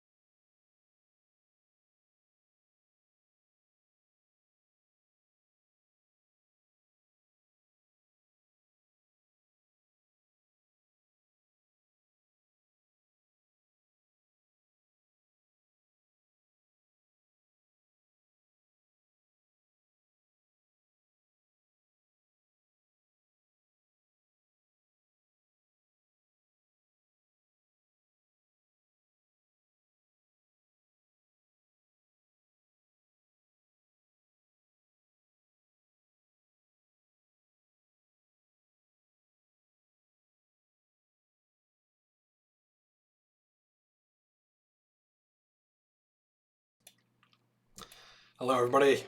Welcome back. Sorry, apologies for the brief interruption. Thank you for staying with us in CPL 6 quarterfinals here for Tier 2. Yeah, I still don't know what happened in that game. I was just in my kitchen, like getting some water, and I don't know. I do have to commend both players because playing those sort of games is so stressful, and playing for that long, I would have been losing my mind. And this is kind of why I'm an aggressive player, I say, because I don't want to play matches like that. I like that. For me, that is like nightmare scenario. So Hoping to end it in 10 minutes or less. yeah, exactly. Yeah, Max in chat that like, yeah, both players worn out and just yeah, doesn't really want to yeah throw the game in that sort of sense really. And you're absolutely right. These are the quarterfinals. Your team's life might be on the line in this sort of situation. So you know, playing slow and steady is definitely a valid way to play the game in that sort of sense. No criticism of either player in that sort of situation because that's the way some StarCraft games go. You know, sometimes you meet a player who just I don't know. You can't really take them out, take them down, and the game keeps on stretching on in that sort of situation. Yeah, so we'll have to see how things go in the next. And Max actually up next in the cast, so tuning in to see if we butcher his games or not, and hopefully give us some insight as well. I think this is still a good thing. Always a good thing when I see players in the chat who watching their own games because you get a bit of insight about what's happening, in the games and stuff like that. So I'll have to see if both players come around or stuff like that and let us know what's happening. But yeah, thanks again, guys, for joining us, and we'll get into the next game. So we've got Max versus Russo. Russo? I guess that's how you pronounce that. Let's see. I was happy to miss the casting of my games from this week. I caught like 10 minutes of it. Yeah. But you can watch a nice failed 2-gate.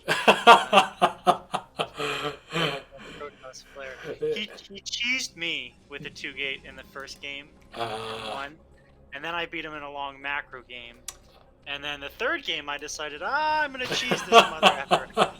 And this is why I shouldn't get ideas because it went very poorly. I supply blocked myself, and by the time I got into his base, he had more fighting units than I did. Oh no, this is something really important actually because when you speak, I've watched interviews with pro players before and stuff like that, and they say one of the biggest issues that they run into is that they deviate from a plan that they have beforehand. So they'll go into series and say it's like J-Dong versus Flash or stuff like that, and J-Dong's like, right, I'm going to 2-hatch Muta, I'm going to, and then second map I'm going to 2-hatch Lurker, blah, blah, blah.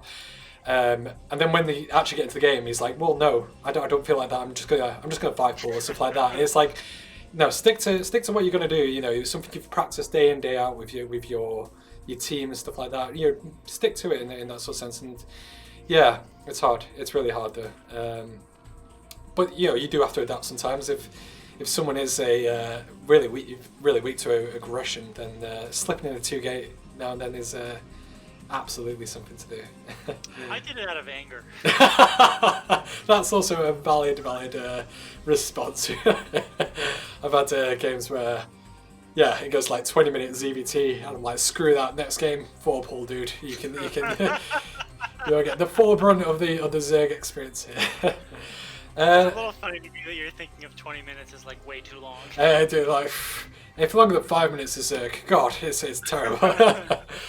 So moving to the game at hand, we've got 2 new players, fresh, coming into the series. We've got Rizzo here in the top left and the bottom right, Maxa, and things look standard. Rizzo not doing anything tricky, getting over pool, probably going to expand here.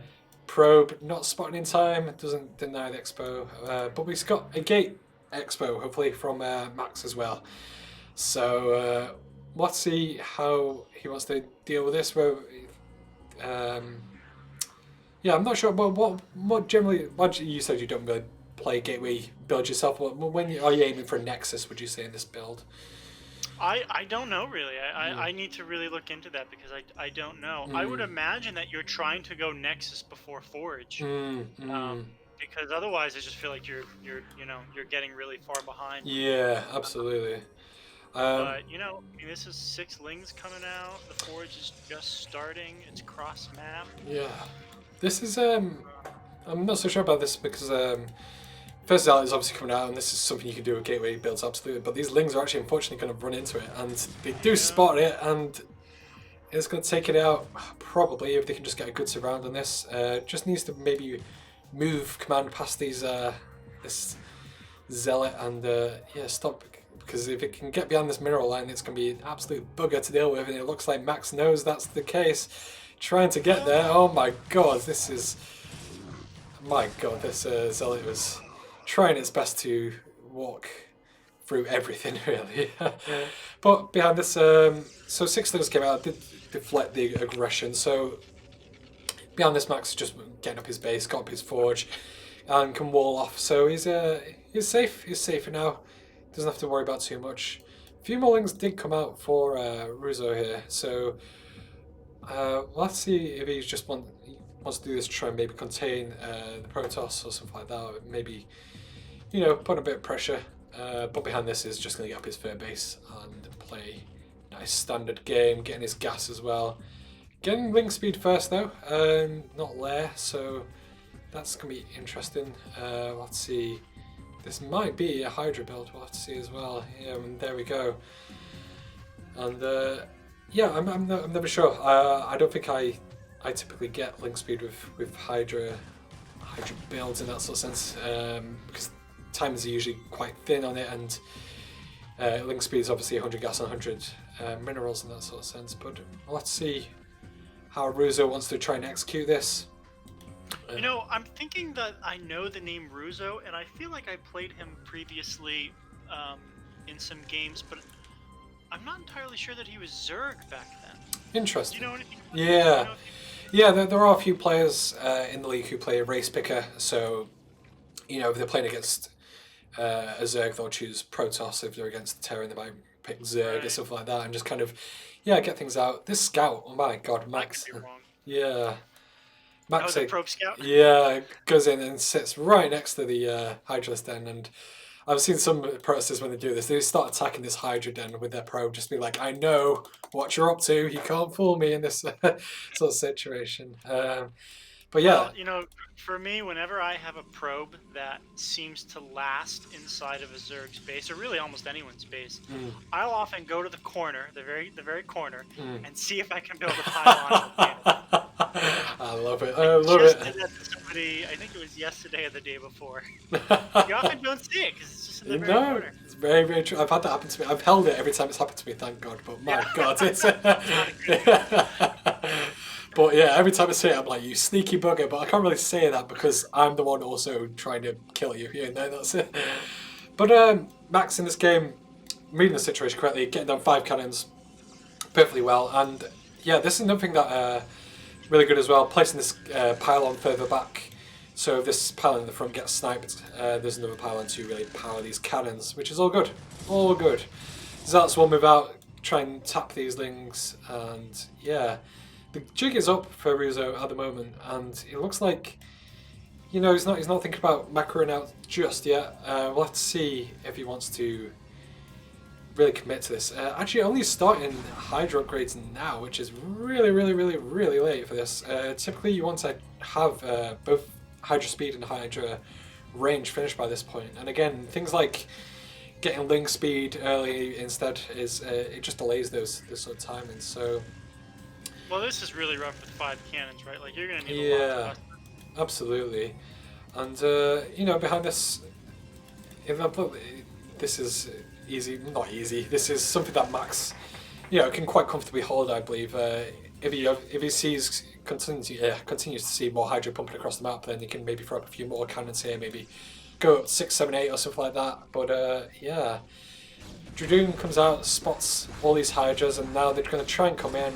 These Hydras not moving the best, trying to move around the army, but all of them going to get sniped down, and this is a mistake here. This is unfortunate for You know, kind Russo. of funny that that Dragoon did a lot of blocking. I never thought about That's kind of how yeah, they said it. it's not something I've seen before, and yeah, typically as a Zerg player, you want to approach things a bit slow when it comes to Hydra Busters. You want to try and like maybe pick down the army, kill a gateway, kill a forge, and then go for the cannons because you know everything else is just an obstruction in the way. Right.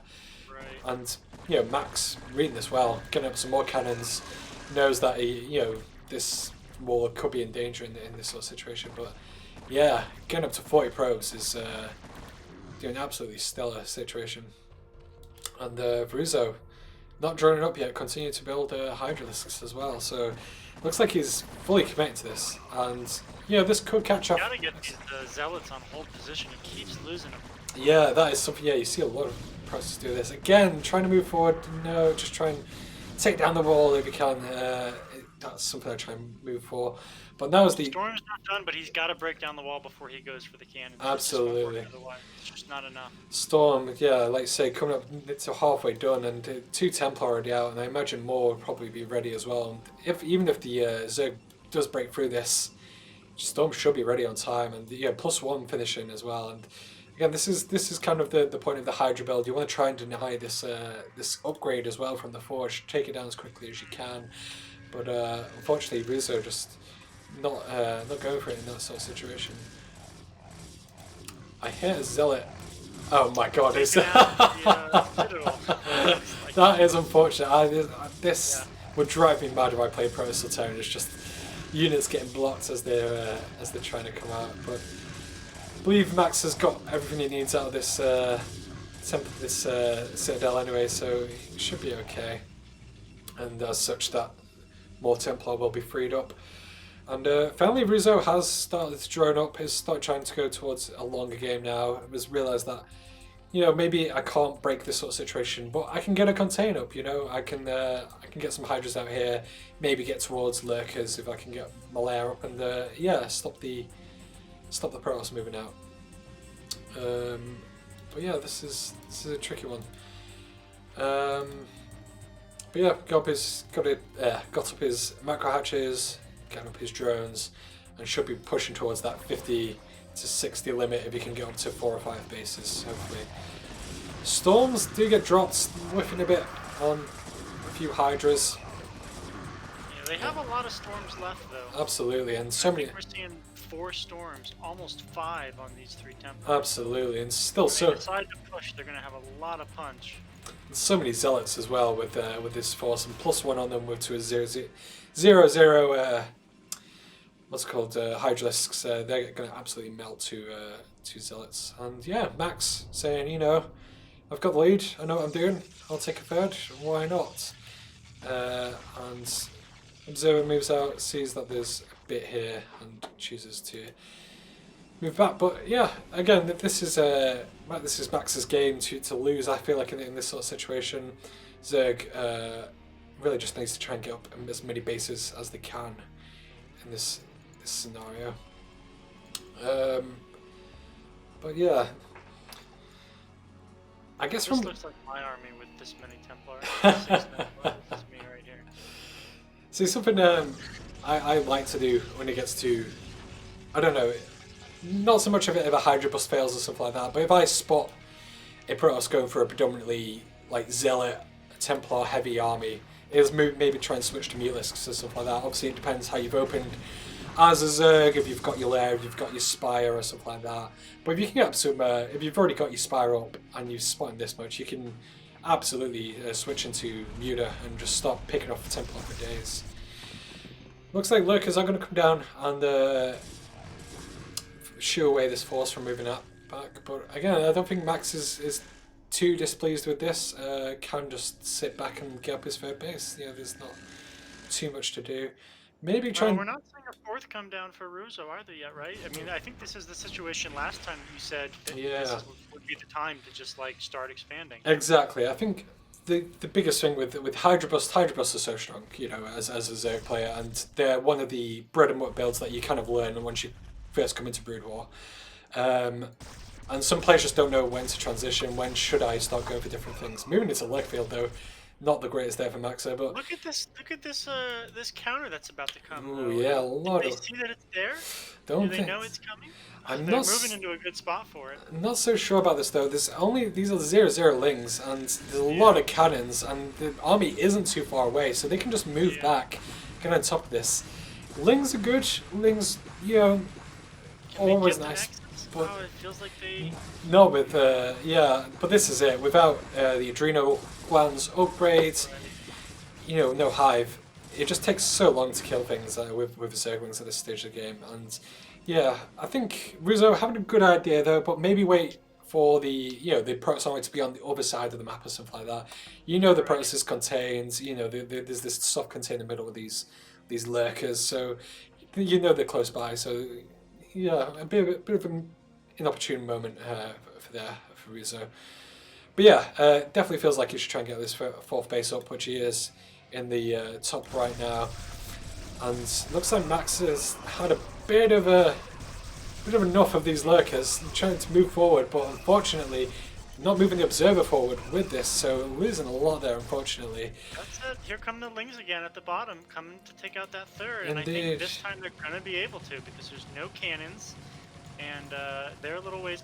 The army's a little ways behind. Indeed, There it goes. Russo proving me wrong. So who needs adrenal gland when I can, yeah, just run lings? And these lings actually might snipe a Templar or two. Oh my Yeah. god, there One we of those go. at 250. Russo. Playing well, very, very nice. Very, very nice ling snipes there. But behind this, there's a bit of a bank, obviously, for both players. Russo getting up to 2k. And this is something I do a lot, I notice a lot, is I'll send a run by or stuff like that, and I'll start watching the army, I'll start watching it as it goes in, whereas behind it, you know, I'm not macroing out of my hatches and stuff like that. And yeah, it kind of feels like if Russo keeps on making these run bys and stuff like that, and just keeps macroing behind it, it could get into a good position. These lurkers deal absolutely immense damage on this army, but storms come down and start to take things down, and now suddenly there's not a lot left for Russo in the middle of the map, and this is why it's not great to leave lurkers unattended in the middle of the map. Is they're open to fire essentially, whereas keeping them back on high ground or across these bridges or something like that, you know, it gives you a lot of safety from big pushes like that. You know, if Maxa had known that there was a base over the top right, it just it feel like it would be nearly game-ending taking out that base. Absolutely. It appears Russo may have been talking to the Onyx in some way and saying, you know what you can do, you can take bases all over the place, and that's a good way to get across. But Maxa, we can see here the power of circuit breakers with these bridges. Trying to push across there with so many lurkers is a bit of a suicide mission, because Dragoon AI is not the best, and especially trying to move through tight corridors like that, they will get sniped out. It does leave this high ground unattended though, so it does allow Max to really get on this high ground and sort of push down, and there's no lurkers actually at this base. Behind this, third base has been starting to be re-established for Maxo, but it is running a bit low minerals, but it's got 143 supply, so I don't think it's anything to worry about. And again, this is why it's awkward. This is why you need to have your lurkers in place, because trying to borrow them again, oh, big storms wiping them all out, and there's not a lot left here. Yeah, it feels like I feel like 2 Scourge taking out the Observer would have been great here. Absolutely, well, yeah, even just having a few Hydras to spot for observers and sniping in that sort of sense. But yeah, unfortunately, Lurker's just not in the right position, and yeah, Max are realising this, pushing down and sniping. It might lose a few things to, this Hydra Ling force here. It will get cleaned up, but there's not too much left for Russo. And yeah, here come the reinforcements moving in now, and there's not a lot left. And I believe as these zealots move in top, this third base is going to get absolutely ransacked. There we go. Desperately trying to throw down more subs to try and get more defense. Does still have the fourth base and the Mech hatch over there, but it's not many drones though. And Russo, believing he can't hold on, decides to step out of the game. A bit more of a straightforward game, I would say, compared to the last series there. Maxen reading the situation well. Yeah. Let's update the scores then and get things on to the next game. And yeah, Albert actually in chat, good old Ash return. Yeah, that feeling when you barely hold the toss push and then Army the same side shows up right after. Yes, indeed. It's yes, it's quite unfortunate. And I believe we've all been there. So let's see if Max can pull off a similar trick in this game and close things out, or whether Russo is able to maybe get a better damage off with a Hydra push. We'll have to see how Eclipse goes. But yeah, overall, again, Max in chat, yeah, if he'd split, as Max saying in chat, if he'd split those lurkers between the two bases, it would have been harder to hold, and indeed, that's definitely the case, this is the big thing, once getting to know how to use lurkers and hydras and stuff like that, it's all about having your army in the right place at the right time, and yeah, just really knowing where the enemy's army is and getting ready. Yeah. I felt like there was a little bit of a macro issue with the money not being spent. Russo was holding 2K and Maxo was nearly at 0 a lot of the time. Yeah, I know. Typically after last season, especially, I only played Hydra Bus. That was my ZVP essentially. It was this build, and I got some awkward situations where they held them, and then I was like, I don't know what to do. I don't know how to transition. I don't know what the next stage of the game is from this, and yeah, it's tough to know what to do. And I think Russo made the right call there, getting up towards lurkers, but yeah, the soft contain was hard to achieve, especially in a map as big as the circuit breakers, where you can get a big arc with the dragoons and stuff like that, and Templar and Storm and such. It's tough to do. Anyway, to Eclipse. We have in the bottom left Max, and I don't know if that's how you pronounce it. I apologise if I mispronounce it. And in the top right we have Russo, and yeah, I as much as I'm loath to admit it, I have come to like Eclipse more recently. I don't know what changed, but some part of me was just like, okay, I enjoy this map a bit more. I think with it being a longer distance between the two bases, you can spot rushes and stuff like that, but I don't know, I feel like you get some fun games on this map. Yeah, I'm a fan of this map. I think it's fun. I like that it's like, you've got two bases kind of at the bottom right, and then you've got a base at the top left that has double gas. Like it feels like a cool feature. Absolutely. I feel like that base in the top left is it's really, really nice, because you see, especially some pro games, like people taking sneaky expos and stuff like that, and can absolutely win the entire series. Looks like Russo is going for a 9-pull here, but this looks like an economic 9-pull if such a build exists. But yes, I believe you you get your pull, and then you build a drone into an extractor, make an extra drone, and then build your overlord, and this kind of gives you 10 drones to start off with, and there should be 6 slings that pop out, and off the back of that you just expand. And I've seen a few pros do this recently. I believe I watched, I think it was Effort who recently returned to the scene. He started doing this build a lot, so I enjoy this build a lot, especially if Protesters don't know how to hold this. See on the Protesters side of the map, just one cannon coming up, and this is where things can be tricky. These 6 slings do get in, and there's nothing to defend this cannon. It could be a quick game here. We'll have to see. These lings chasing the probe, they're not what you want to do. Your time is limited. It does snipe the probe, but the time to go is now. This is it, my friend. But as we see, the expansion comes down, and move towards drone. So this is just going to be small committal for Russo, but I like this. I like this a lot. But it feels So like, in the build you were talking about, if the links had come across straight across, are you going for the cannon or are you going for a yeah, run by? you go for cannon, absolutely. If you Okay. can kill that cannon, it's very hard for, well, I find it's hard for Protoss to get another one up. You have to pull And you probes. just keep making lings. Yep. Well, you can do. Yeah, it depends on the situation in that sort of sense. See this trying to go down, but no, didn't get a good enough surround, unfortunately. Oh my god! How does this happen? I do not know. It's It's like, kind of funny. As the cannon disappeared, you couldn't see the ling, but this ling also died. my god, yeah. The last breath that Ling just like flung its arm out and just like tapped that cannon. My god, and I swear these players listen to me and just like, yeah, like, Camo Daz is going to say he held comfortably, but no, there we are. So, yeah, again, sniping that cannon is good, and yeah, I think Maxa made the right call in that sort of situation. Though, just get some probes to like surround the cannon so they can't get a good enough surround on it with the Lings. Behind this Rizzo though, going for a free hatch build with a hatch and base, which is kind of funky. I don't see this too often. This is I more sort of, assume this means earlier pressure. could do, yeah, could well do.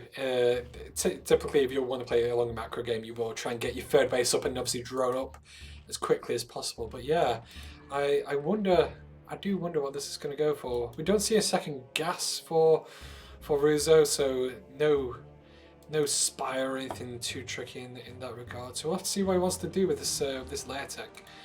But Maxa, he's yeah, he playing a comfortable game here. I think held that pressure, throwing up two cannons maybe just to be extra safe, just in case there was some extra Zergling run by coming up behind it. But yeah, nothing too extreme. Has got a Zealot out here, but these Lings should deflect it unless they get behind the mineral line.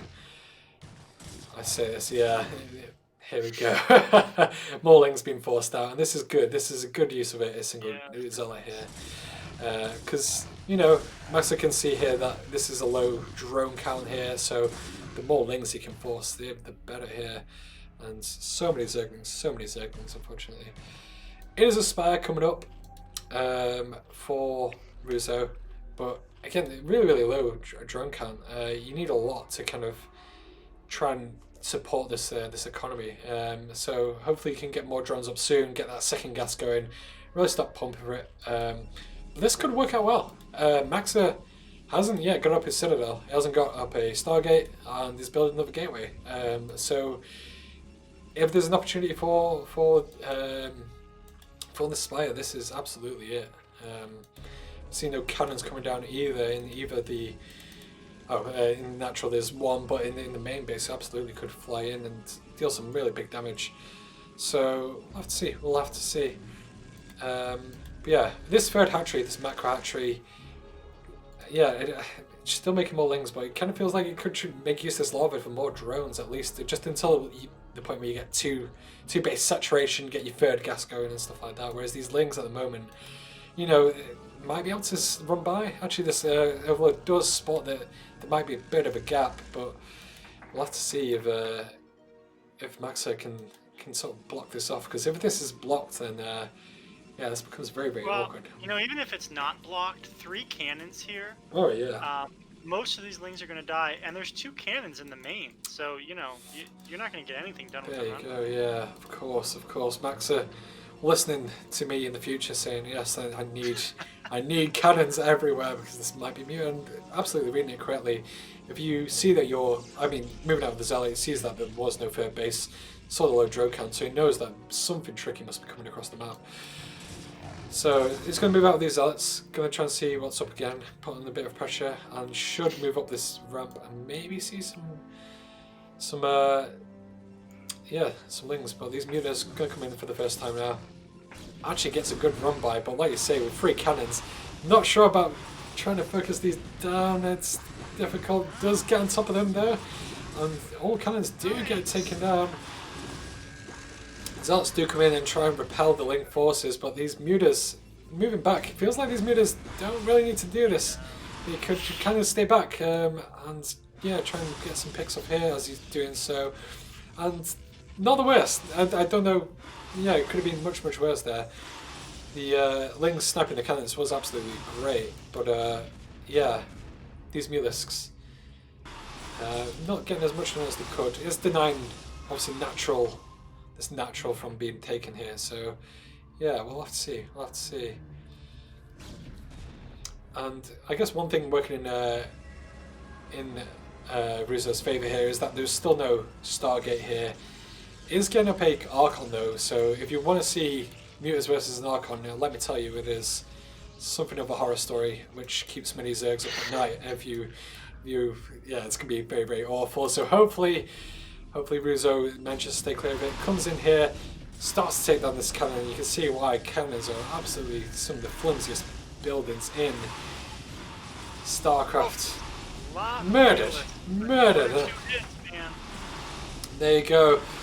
The Archon's coming in, trying to fight Archon versus Muta. Don't do it, please. No, no, please. I want to sleep tonight. This is not the way to do things. But the Mutas come wisely to the natural base, and this is the good way to do it. There's only one Archon out. Just move back and forth, snipe them as much as you can. There's no need to back off here in this sort of situation.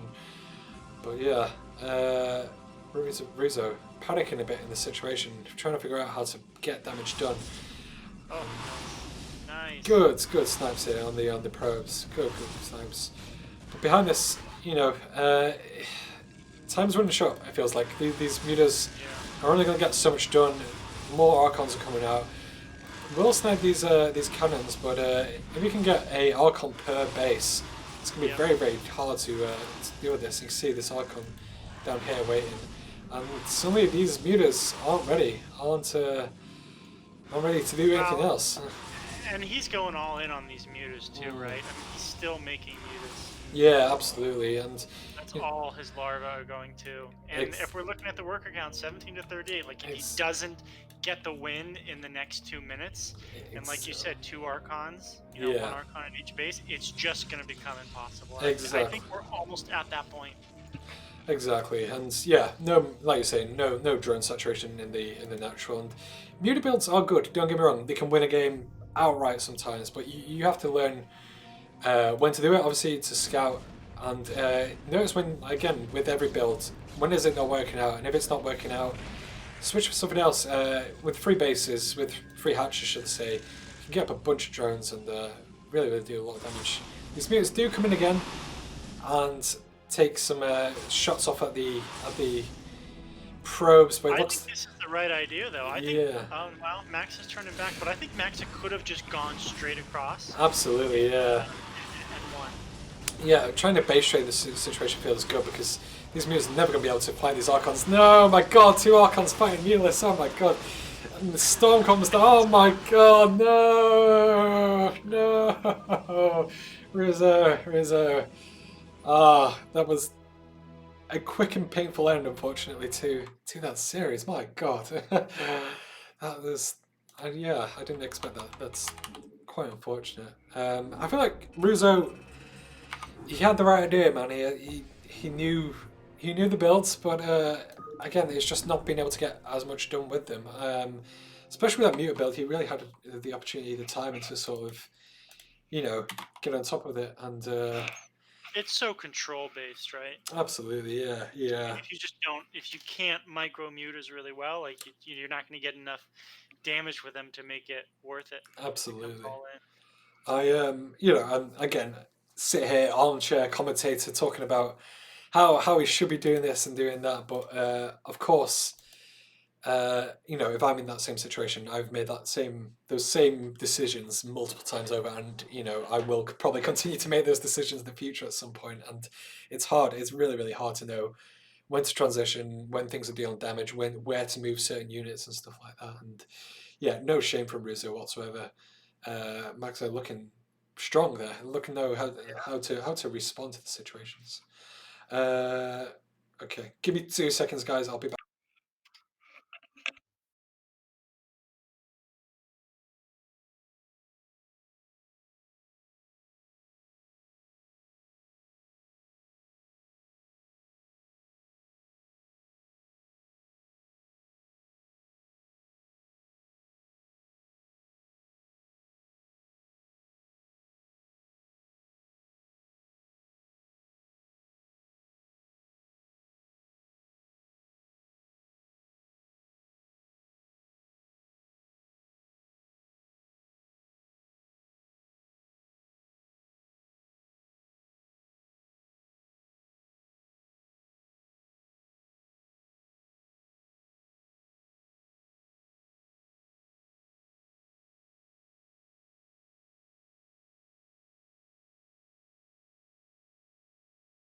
Right, thank you for waiting, guys. And we continue on to the last series of the evening. It's been a long This is one. a long day. Such as the way of StarCraft. I feel like we were kind of fortunate with our last casts. We had like Yeah. 2 minute ZVZs and stuff like that, and it's like it's casting business is easy. You just talk for a few minutes and then that's it. But not the case. These players they playing some long and very very hard games, so absolutely fighting for everything in this quarterfinals really. Um, but yeah, we see again Mech and Cheese commanded in this series at least. Tier 2 looked like they're very very strong. Yeah, yeah. And what happened though? Because don't we, as I recall, we didn't make it past this round. Spoilers, but yeah. So unfortunately, Mech and Cheese then didn't progress. But yeah, really, yeah, these games look strong. But a team is made up of several tiers, Right. obviously, and there's several players, and I believe it came down to the wire, didn't it? Wasn't it? Wasn't it only like one game between you two or something like that? It was. It was. Yeah, I Close think thing. you're right. I think it ended up being like 11-12 or something Oh like that. man, oh god. And I'll take some credit for losing my match. Oh no, of course. So this is why I didn't play him. This is why I was like, nope, I'm not gonna be the one. I'm not gonna be the. Well, my team is a little short on people. Yeah, We yeah, needed players, so yeah. I have to say, obviously this is an EU cast. I know it's obviously running a bit later for us EU gang, but yeah, if you're from the European scene, if you're not yet involved in CPL, if you're interested in Brood War at all, please, we need EU players this season. We're a bit short on the EU players, and we need as many as we can get. Every team needs as many players as we can get, whether in North America, EU, Australia, whatever. We are a global league with players from all over the place. So if you're interested in CPL, please, there's been some links in the chat throughout the cast for the Discord. Join CPL and get involved, really. But yeah, moving on to I think my most anticipated match of the evening. It's going to be maybe next time versus Balance SC with two strong players. So we'll have to see what both of these have got on hand. Yeah, I'm really excited to see maybe next time.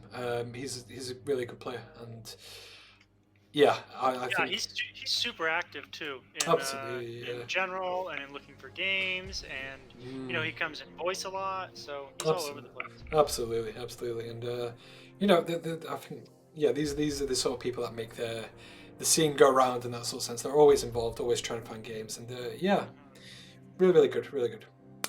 Right, let's get the first game underway. We have Circuit Breakers between maybe next time and Balance. So let's do this and change the scores so we can get things going.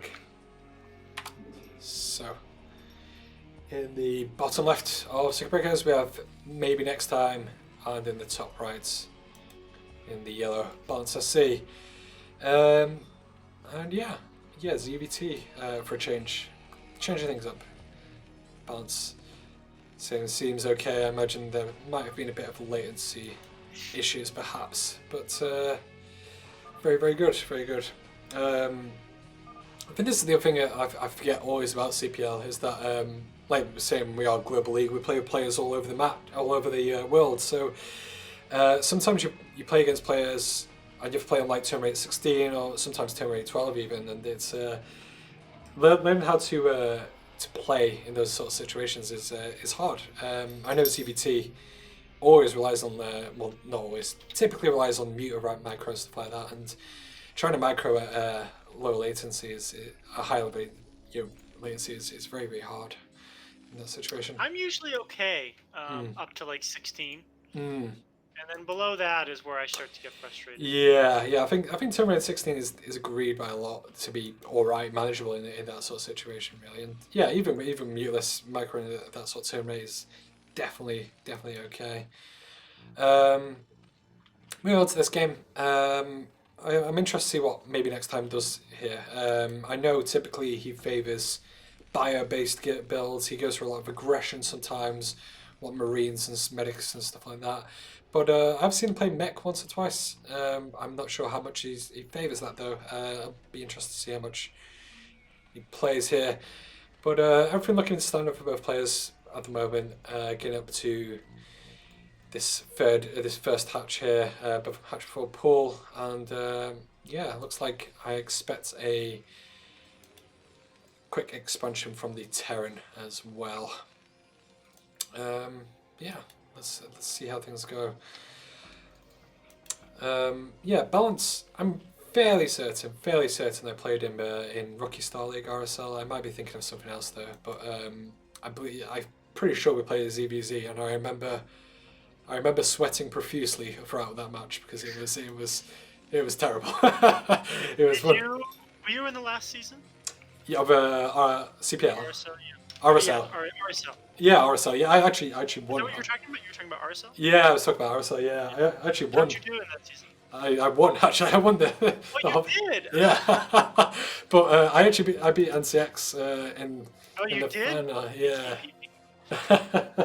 Yeah, NCX was it was hard. He was playing Zerg at the time, and yeah, he likes to play random, but unfortunately, was had to play one race for RSL. So yeah. I think if he had played random, he would have absolutely stomped me. The random advantage is huge. He's very good with all the races, and yeah, even the ZVZ. You know, I main route ZVZ Zerg, and he went toe to toe with me absolutely. So he was great games. I mean, I'm convinced that if you're good at Terran, you can be good with Protoss. Oh yeah. Not necessarily the other way around, but if you're good with Terran, you can be good with Protoss. Yeah, I think Zerg is like the one that's like it's hard to be good with Zerg and anybody else. Absolutely, yeah. I think what catches a lot of play, like say if you predominantly play Protoss or Terran, you've got production facilities, you have gateways, you have barracks. You know, you have things where units pop out of, and you know you can build workers behind it. Whereas Zerg, you have lava, you have a limited supply of things where you can build units, and that's kind of it. You have to make a decision: do I build drones or do I build attacking units? And it's something that takes getting used to if you're coming from either race, really. I know when in SC2 I tried to play Terran for a bit, and playing that, and your mind is just like, oh my god, how am I supposed to remember to build out these gateways and all these barracks all the time? I don't understand. Whereas you know, with Zerg you can just 5 SC, 6 SC, 7 SC, and suddenly you've got an army or something like that. It's very different, very different. Look at this game though. Again, things looking standard. A 2 racks here with an expansion as well. Getting up this gas. So we'll probably go for a quick academy and maybe a +1 as well. And Zerg just getting up his lair. I expect a Spire coming down any second now. And there we go. So both players playing by the book as well as they can be. So it looks like could have a good series here. Yeah, I've played many of these sorts of games with Maybe Next Time, so I know he's familiar with these in that sort of situation. So yeah, that's typically when it comes to matches like this, I'll always try and play a bit differently and not play standard in that sense. But yeah, things progressing as normal. Just scouting about for the time being. But we should see once the Spire finishes, maybe around like 5 minutes, 5:10 or something like that, some fast muteless coming out, and it's going to be up to Maybe Next Time then to get out some turrets really, really quickly. And as I say that, the engineering bay comes down and should have turrets plenty in time.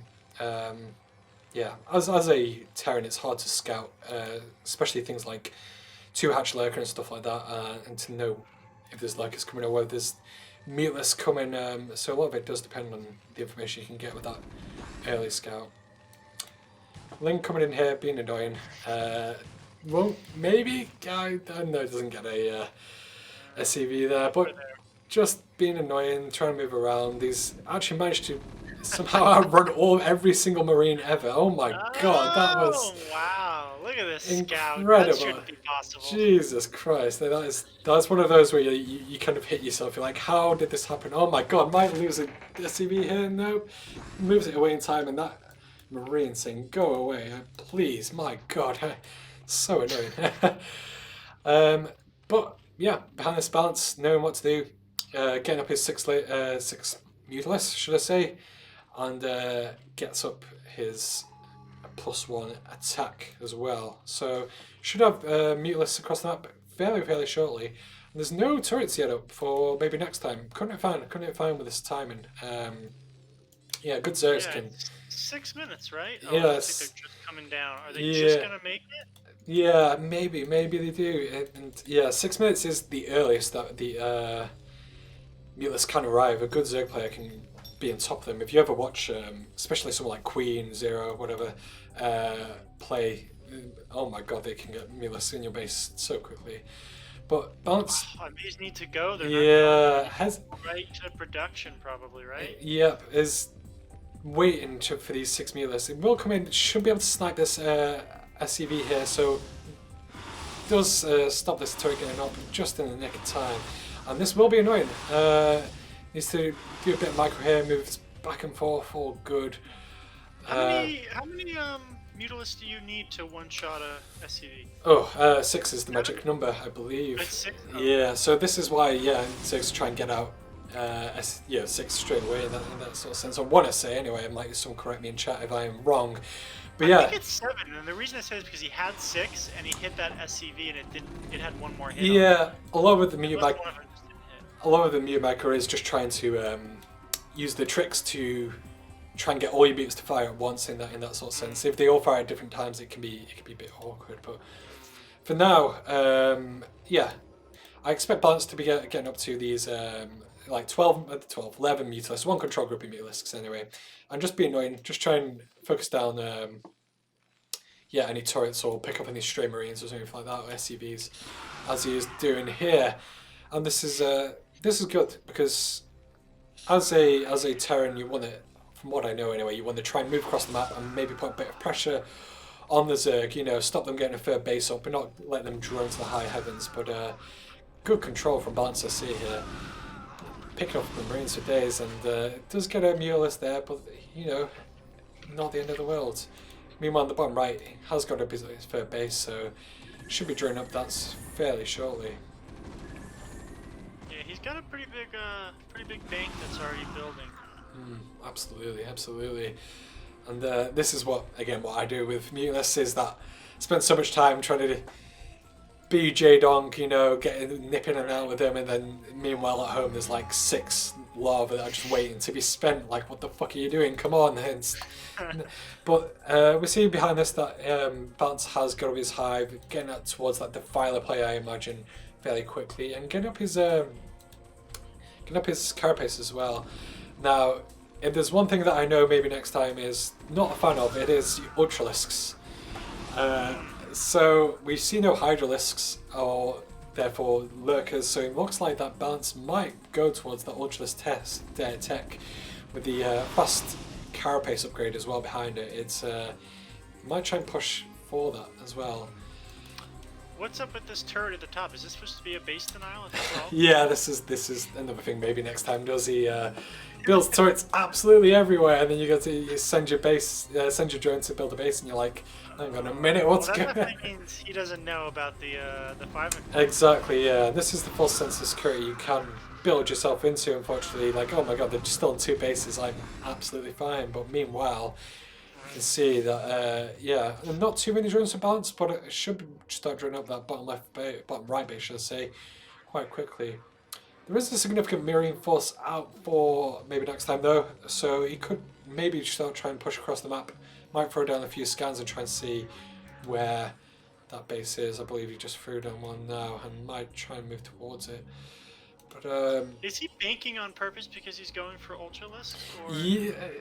Yeah, it depends on this, because it's just coming down. The cavern is down. Yes, there we go, and adrenal glands as well.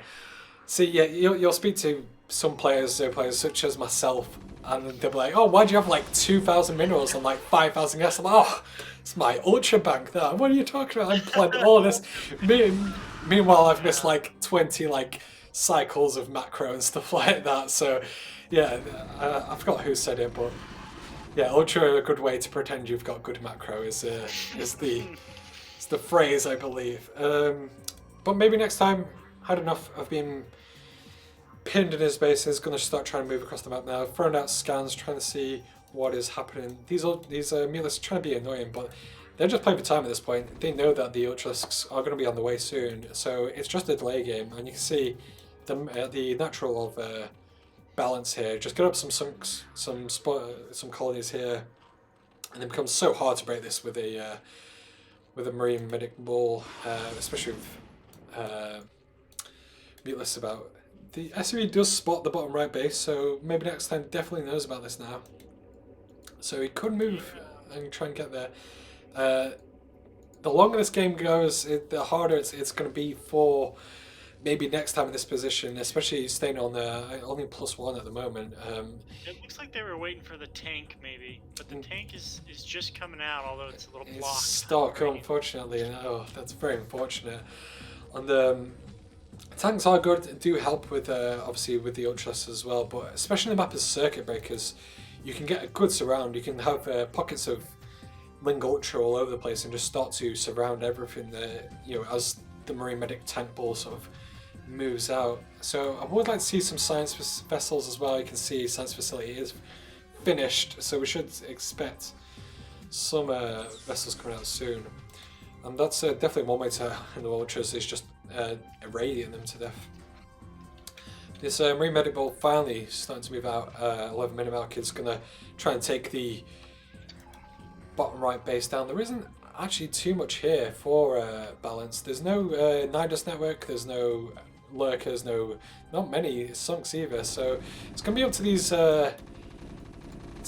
mutas to really hold things off. Unfortunately not being able to pull off the micro trick there with the mutas, which is very frustrating. With 2 sunks and a lot of mutas and a couple zerglings, I would think that would be holdable with this against this. Yeah, it kind of depends if you can have your lings engage as well at the same time. Oh my god, yeah, that's. They shouldn't be doing that. They should wait for the sunks. Absolutely, and that might be the latency playing into things. Unfortunately, not being able to get off the things. Yes, as the Marines try and move up the ramp, you might try and snipe a few off of the mutas, but unfortunately, not find purchase there. But these Marines just can't say for the time being. It feels like if maybe next time just scans, sees what's there, you can see what's going on. There is this reinforcement trying to come up as well. This force might actually end up getting surrounded with some Lings as well. Trying to move in all at once. No Mutalists moving in there to help with this, and these Lings are turning out to be fodder, unfortunately. Late stim. But now, yeah, a bit of awkwardness coming in, but here come the Ultralisks to save the day, and yeah, you better believe they disappear fast in this sort of situation. There you go.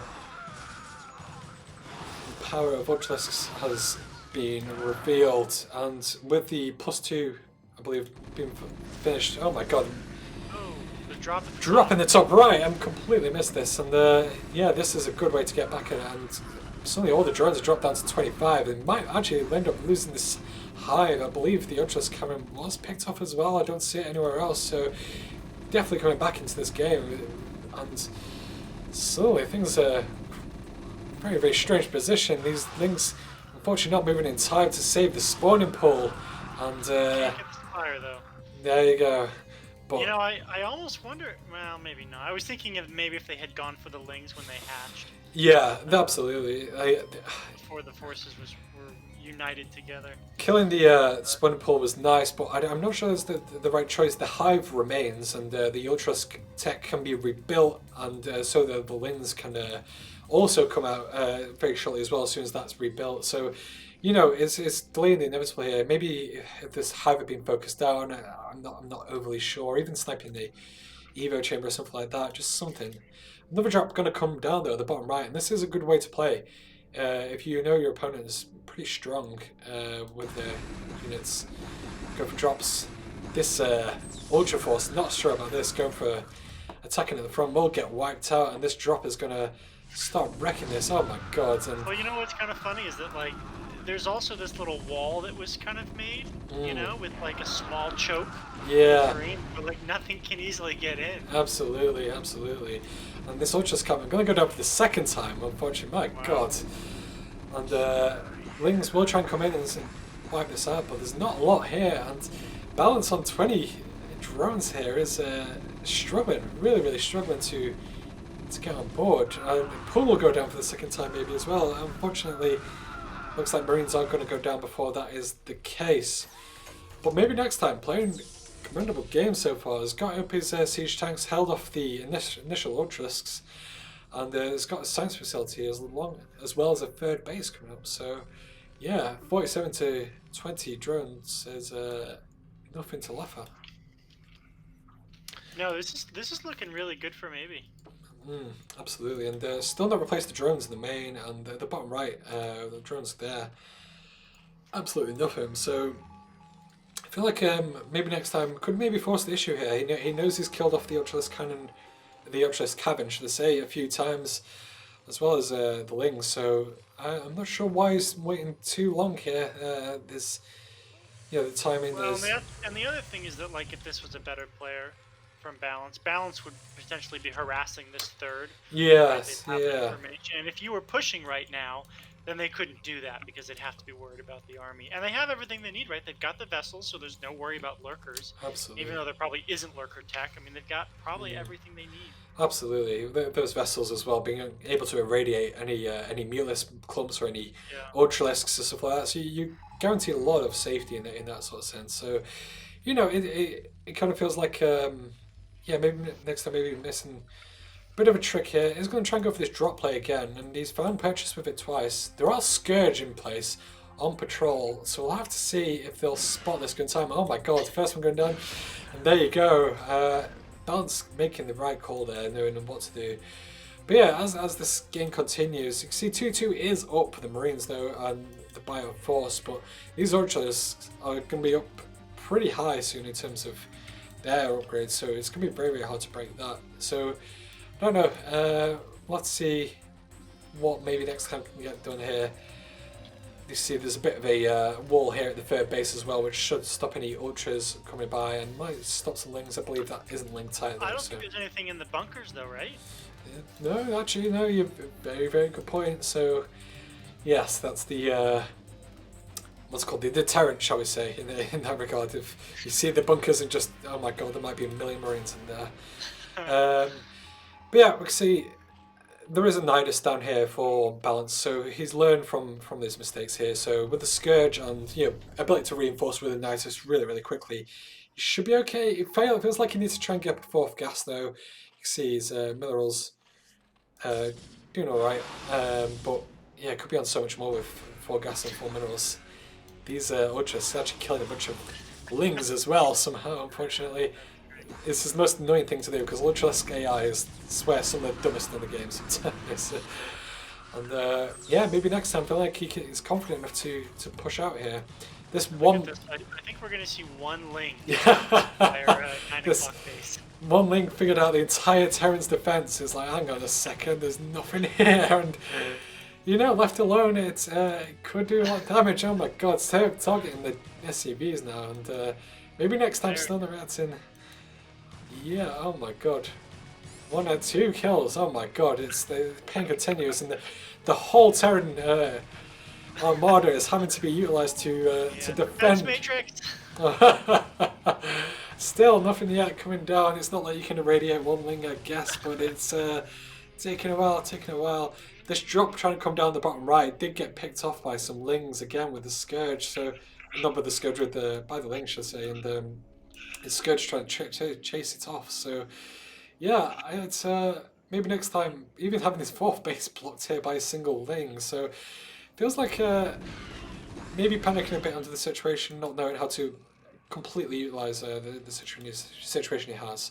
These Lings and it's going to get tough, right? Because we're seeing Defiler Mound is up. Yeah. So once those clouds start going up, man, absolutely, it just gets so hard when they had this big advantage. Unfortunately, the siege tanks in the middle there weren't sieged up, so these Ultras were able to get on free of charge, and suddenly everything's disappeared. For maybe next time, has still got a bit of supply. It's got siege tanks on the 3rd base, but it's feels like it wasted a lot there, absolutely. So we'll hold the 3rd base, and the natural, it does have siege tanks on the high ground, so not like too much can be done. But you know, Bouncer C is he's regained map control. He's kind of got freedom to do what he likes in this sort of situation. Maybe next time, maybe being a bit overcommitted with the drop play here. He continues getting out of drop ships, so he's obviously liking that. But it looks like Bouncer C should be more than prepared with the Scourges. And yeah, 5-2 and 3-2 for the Ultras and the Lings. It's getting harder and harder to deal with this. And like Sailor with the Defilers, as soon as they enter the fray, that's going to be even harder. Yeah, you're just not going to be able to break any bases, and all your bases are going to be at risk. Well, and the other thing is that like normally you're supposed to be out on the map, right? Because if you're out on the map somewhat, then you can slow any pushes that try to come. Yeah, absolutely. But instead, it looks like we're just going to see a giant another drop, this time with 3 drop ships. Yeah, unfortunately, Balance. But it looks like it's getting spotted. Oh my god, they're in the correct place completely, and Balance sees this, so awkwardly have to turn around of like, oh, I was doing nothing, no, nothing to see here, and turns his drop ships around, unfortunately. So yeah, again, cat's out the bag for maybe next time there, and I imagine Balance can be a bit more on guard, knowing that there's going to be stuff on the way. This Soul Siege Tank here in the middle trying to take out Zerg of a Swarm, but I don't think this isn't a Super Siege Tank, unfortunately. Drops are going to go towards the top of the map and maybe come round. There is a single link there though, that might spot this out, but this is a funky game. There's still only 37 drones for Bouncer C, no 4th base, no mass expansion or anything like that. And it kind of feels like, yeah, maybe next time has been contained, but nothing's been done with it. They see it. Oh my god. Unfortunately, detonates all Scourge on all of those, on one of the dropships. Does take out another though, so there should be enough to pull that, but again, it has to pull back the entire Zerg army to try and deal with this. Even found out the Nidus Canal here. I can see, yeah, Albert's asking 3-2 for the Zerglings here. Oh, and for the Bio is 3-3, but again, things are becoming bleak. These Lings actually falling in one at a time, but as the Ultras arrive, we'll get cleaned up. And again, it kind of feels like this weird big confrontation, stop, reset, big confrontation, stop, reset in this sort of situation, whereas, you know, there could be multiple skirmishes going on all over the place, especially with Balance and the bank he has. Could have a bunch of hatcheries out here and just, you know, really be fighting all over the map at the moment, but unfortunately not doing so. And yeah, we'll have to see these Defilers as well not being used as well. Only now taking a 4th base at the 21 minute mark is pretty tough, and yeah, and actually the turn even being able to get the 4th base before that, which is something of an irony as well. This Ultralisk at the main base of Balance, just blocking all the Ultras. Oh no! Oh no! I've done this so many times, and oh my god, I'm 200. Where the hell am I supplying? Here it is, the entire army. We can see now, just Lings and Scourge assaulting the 4th base, and I imagine the Zerglings looking around saying, where the hell is everything? The Defiler is here, so Dark Swarm finally going to get used. 2 going to get put down, and yeah, these Scourge, unfortunately not finding any good detonations. I don't know how these Lings managed to get so much done without no Ultra support whatsoever, but I guess that's the power of Dark Swarm and Lings, and so much. I just noticed, so the Ultras are now on the way. Oh my god. They are a little late. These Marines not reacting to this force, wiping out all the SCVs, and still Dark Swarm persists. And yeah, this is really painful, really painful here. And finally, the last Lings might get cleaned up, but like you say, the Ultralisks, what? How many have you got here? 6 Ultralisks and more on the way, and it's going to be a huge force that's probably going to be hitting maybe next time's force immediately. Still dropships though, and I don't know if there's much can be done here. I feel like maybe next time he's got a siege tank, so maybe just try and siege these high grounds, and just try and stop the ultraling sort of like wrap around in that regard. But he's got his vessels as well. He's not seen too well. He saw a bit of Scourge that last fight, but just move out and try and irradiate some ultralists here. Yeah, things come down. More Scourge is going to try and come in. Might find this dropship before anything else. Wow, another Defilers with this group, so I think this base is probably done for. Oh, they do get a... Does irradiate, yeah, so only got a limited time to throw down the Dark Swarm, but I feel like even without the Dark Swarm, there's so much here for the Zerg, and it's just going to overwhelm completely. It's Firebats at the main base not reacting whatsoever, unfortunately. There's just not enough here, and as the fourth base goes down, it's going to be hard. It's going to be hard here. I'm just starting to move on top of the remainder of the force here, get on top of the siege tanks, and there's just not a lot left, unfortunately. Radiates are good, and these launchers will slowly die, especially with the radiates on top of them. So maybe next time does hold, but at the cost of the fourth base, it's really, really hard. Really, really hard. Yeah, that knocks them down to one mining base. Exactly. And because there was that big drop in the main for balance, there's still a decent amount of minerals left. Absolutely. We see, even though it's got 4 bases, it's only got 37 drones, but 3k bank, and you've got so many ultras. Yeah. Well, might not be able to break this this base though. Well, maybe next time. GG's. It feels like you can't hold on. A tough game. Really tough game, I think, for maybe next time there. I think he had the right ideas, but just unfortunately not able to capitalise on the... Well, I felt like early on he just needed to move out earlier. Yeah. If the early move out happened, I felt like it could have been a very different game. That's it, and it is tough, especially as Terran and Protoss. Zergs have overlords. They have a lot of lings that they can move out across the map and really get a lot of information. Whereas sometimes as Terran, you're trapped in your base and you don't know. The map is a dark and scary place. Right. So when do I move out? How do I not know there's 20 lings and 50 mutalisks ready to wipe me out? But again, I think a lot of that is just experience. It's knowing how to read what the Zerg is doing and when to do what. But yeah, I feel like the drop play was good, but it just needed something to close it out really in that regard. Snapped so many drones in that game. But yeah, we'll have to see if maybe next time can pull it back on the clips. I feel like can get good free bases on here as Terran, so we'll have to see. But yeah, let's get the games underway and close. Let's go ahead. Yeah. Yeah. Someone in chat mentioning that BCs would be good too. Oh, of course, yes, the BCs that yeah. I don't feel like I see enough BCs, especially in low league game, like lower tier games. Like I don't know. I think some players forget that they exist. Whereas they're very bulky, very tanky PCs, and obviously very annoying to deal with. They can get plagued and scourged and stuff like that, so don't go too crazy on them. But always nice to have to help deal with ultralisks and just deal a bit of pressure.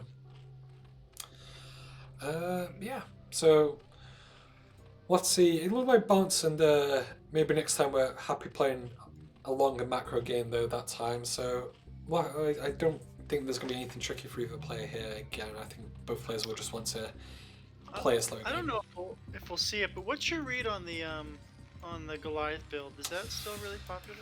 I think Goliath build is really popular. And no, well, actually no. Last season it was very popular with CPL, really, really popular. But this season it's fallen off. I've not seen too many ZVTs, honestly, overall. But from what I've seen, most Terrans like to be going bio, especially in the pro scene.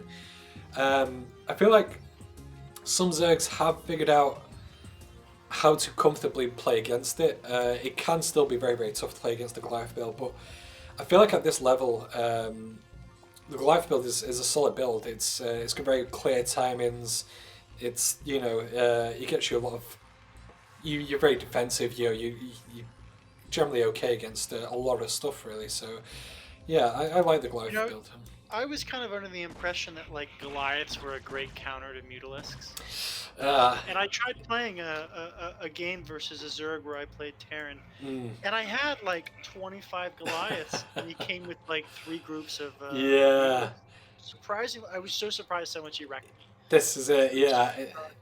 I think sometimes do get lured into the false sense of security, and this is why some Terrans have moved away from the Goliath build at lower levels. Is that hang on, you just still build some Mutalisks and I still die. I don't understand, and a lot of it's to Yeah, do with the AI of obviously the Goliaths, how they shoot, what upgrades the Zerg has, and yeah, it's like 30 Mutalisks will do a ton of damage, and you need more than just Goliath to sort of deal with those numbers. yeah. I And guess you need Valkyries or Science Vessel yeah, or something. yeah. Valkyries. I believe Flash had a Valkyrie build, which was quite Hmm. good. And yeah, science vessels especially though, especially at this level, Zergs aren't very good at splitting their mutalisks off into like different packs. Hmm. So one irradiate on a mutant pack can be a death sentence really.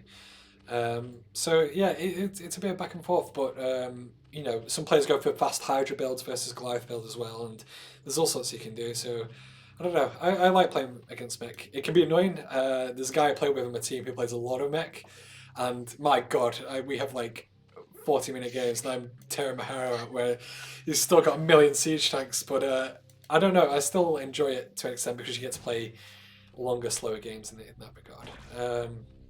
Turning to this game, obviously, things have just been fairly normal. Looks like it's a repeat of before. 2 Hatch Muta, and I expect a second barracks coming up for maybe next time here.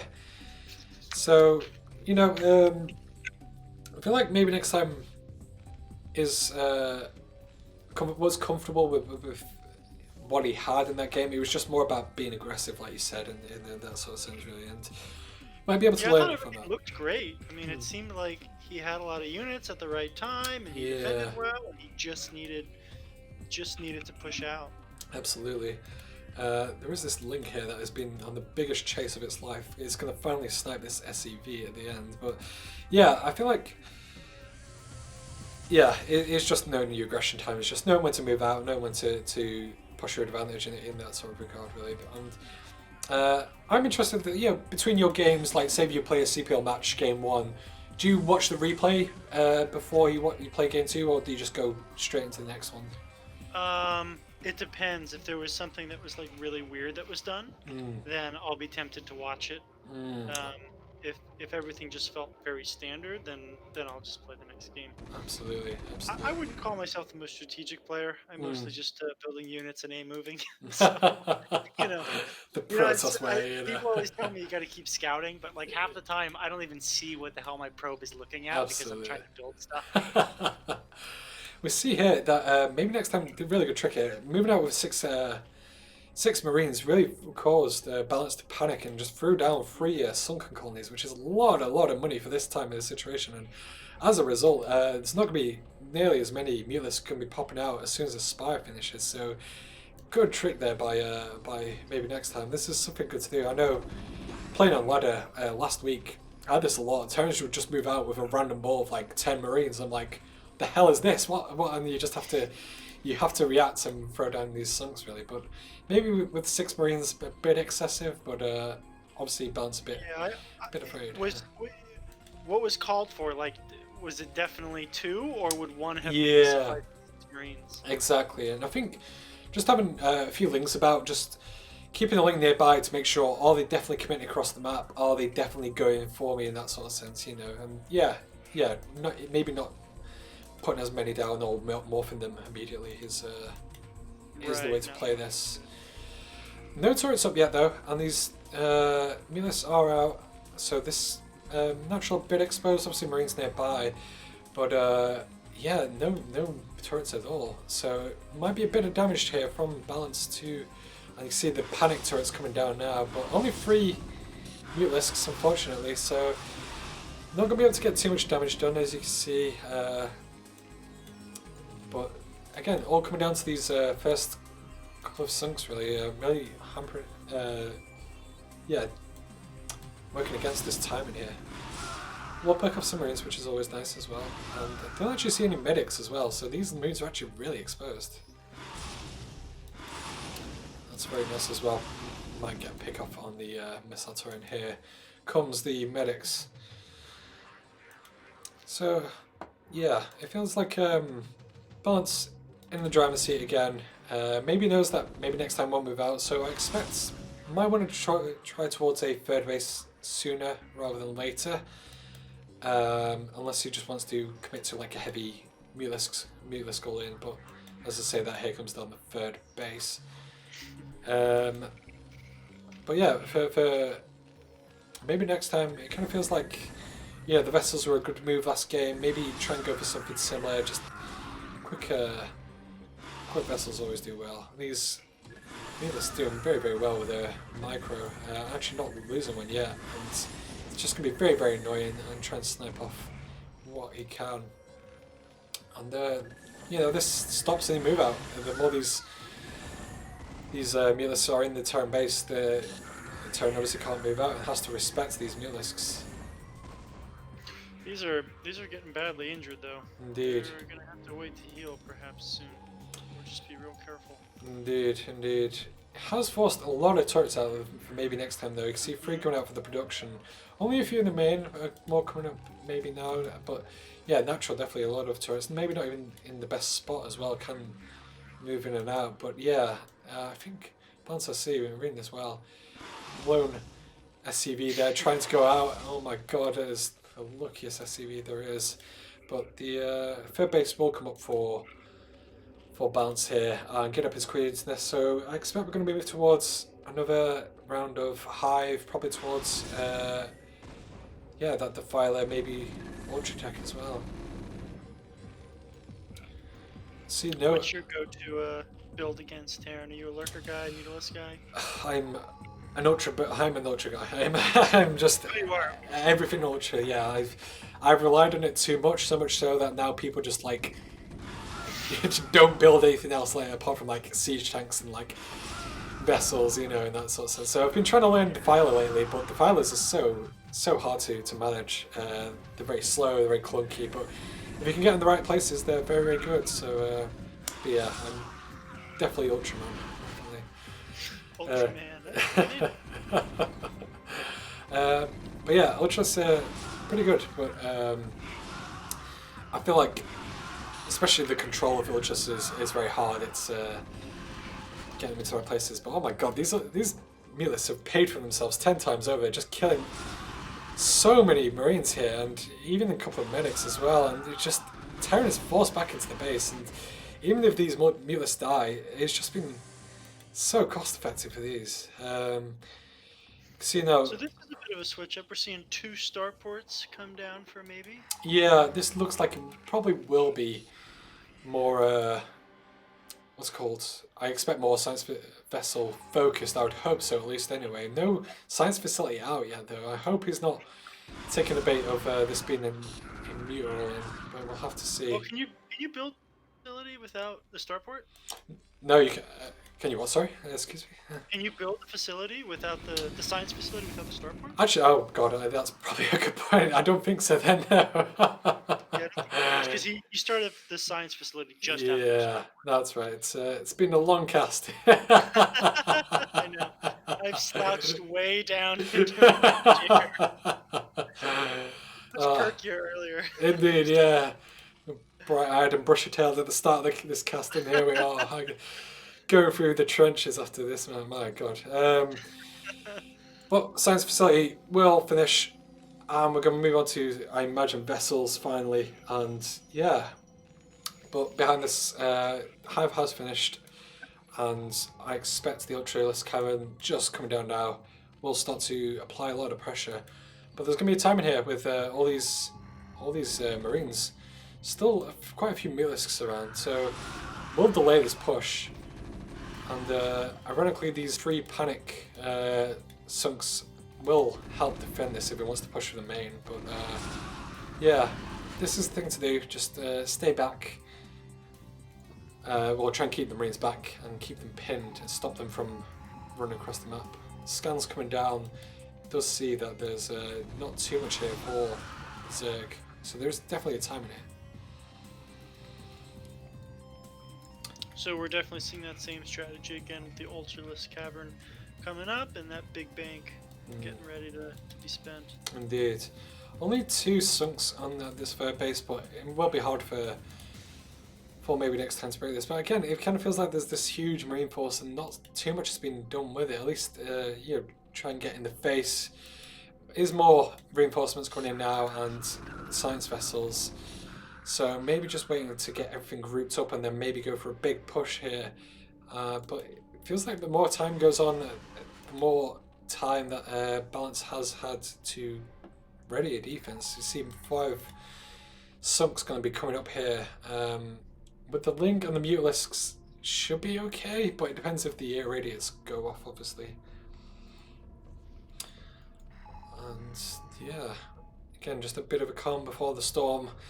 As you know, I've heard that some players are really good at pulling irradiated mutas. Do you know, is there some sort of trick, or what is it? There is a trick. We'll get to it just as these Marines move in, and ooh, Scourge taking out 1 science vessel already. Here come the Lings, moving in single file though. These Mutalisks have done a lot. I can see here, ooh, picking out that. Great pick out. Yeah, That's picking good. out that immediately. And first Ultra arrives, and with the Mutalisk support, it's going to be hard to break this now. And somehow, some way, Mutalisks, my god, defending rather well. And suddenly, this is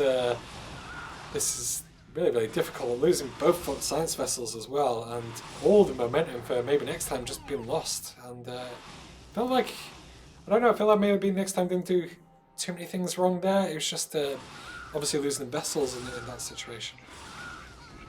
Oof. Losing so many medics as well. Yeah, obviously trying to pick out mutas. There's a few techniques I know you can do. I believe it's like cloning and stuff like that. Like you can try and do quick cloning where you like select shift clear. shift clear, but exactly, yeah. There's a couple of other techniques and stuff like that you can do, but I'm honestly terrible at it, so I'm not the person to ask in that regard. But yeah, if you can get that down, it becomes so much more powerful. You can keep your Mutalisks alive for much longer and stuff like that, and be annoying with them, and yeah, do all sorts. Knowing how to split your mutas is a good strategy. Yeah. Balance has, in the meantime though, fully made use of that bank he had. Has got all his Ultras out, but these vessels will irradiate them. But there's so many Ultras at this point, and even this amount of Marines won't be able to stand up to it because there's just not enough medics to stand up to this force. Terran is trying to take a third base as well, but it kind of feels like a bit too late, especially with the bank that they've had for so long at this point. Sending an Ultralisk here to find this single missile turret at the bottom of the base, so nothing there. Ooh, Scourge come out, losing all the science facilities. Not great there. Yeah, that's not good. You know what it felt like in that first push, the science vessels could have been saved if they had been retreated Exactly. as well. And it's like the science vessels are so cumulative. You know, if you just keep them alive, they can just keep irradiating. That's it. Especially if you get up like say 7 or 8 of them. Try to send a Scourge into 8 stacked science vessels. It's very, very hard to do because then you can only maybe get a few in that sort of sense. Whereas if they're all split out, you know, coming out, you can one at a time. You can do what you like really. But it feels like yeah, I don't know. Balance is just gonna maybe save his save up here and just go for it. And so many Marines, but it's still not enough medics. And here we go, more Scourge coming in. We'll pick off 1 vessel, and the sound of many Marines dying, and it's, oh my god, it's awful, it's horrifying. If you're a Terran player, please do not watch. The Ultras do retreat to the high ground, but the damage has been done. Like half the Terran force has been wiped out, and yeah, there's not a lot left. It third base has been established, and there are a good amount of SCVs, so you can trust with that. Maybe get up some siege tanks. See here, finally a few starting to come out as well. Then that will help hold this. But yeah. Meanwhile, balance. It kind of feels like that. It could get again that that advantage. Just take your fourth base, get your fourth gas up. You've got control of the map. You know, trying to take control of the map. Just get your push your advantage.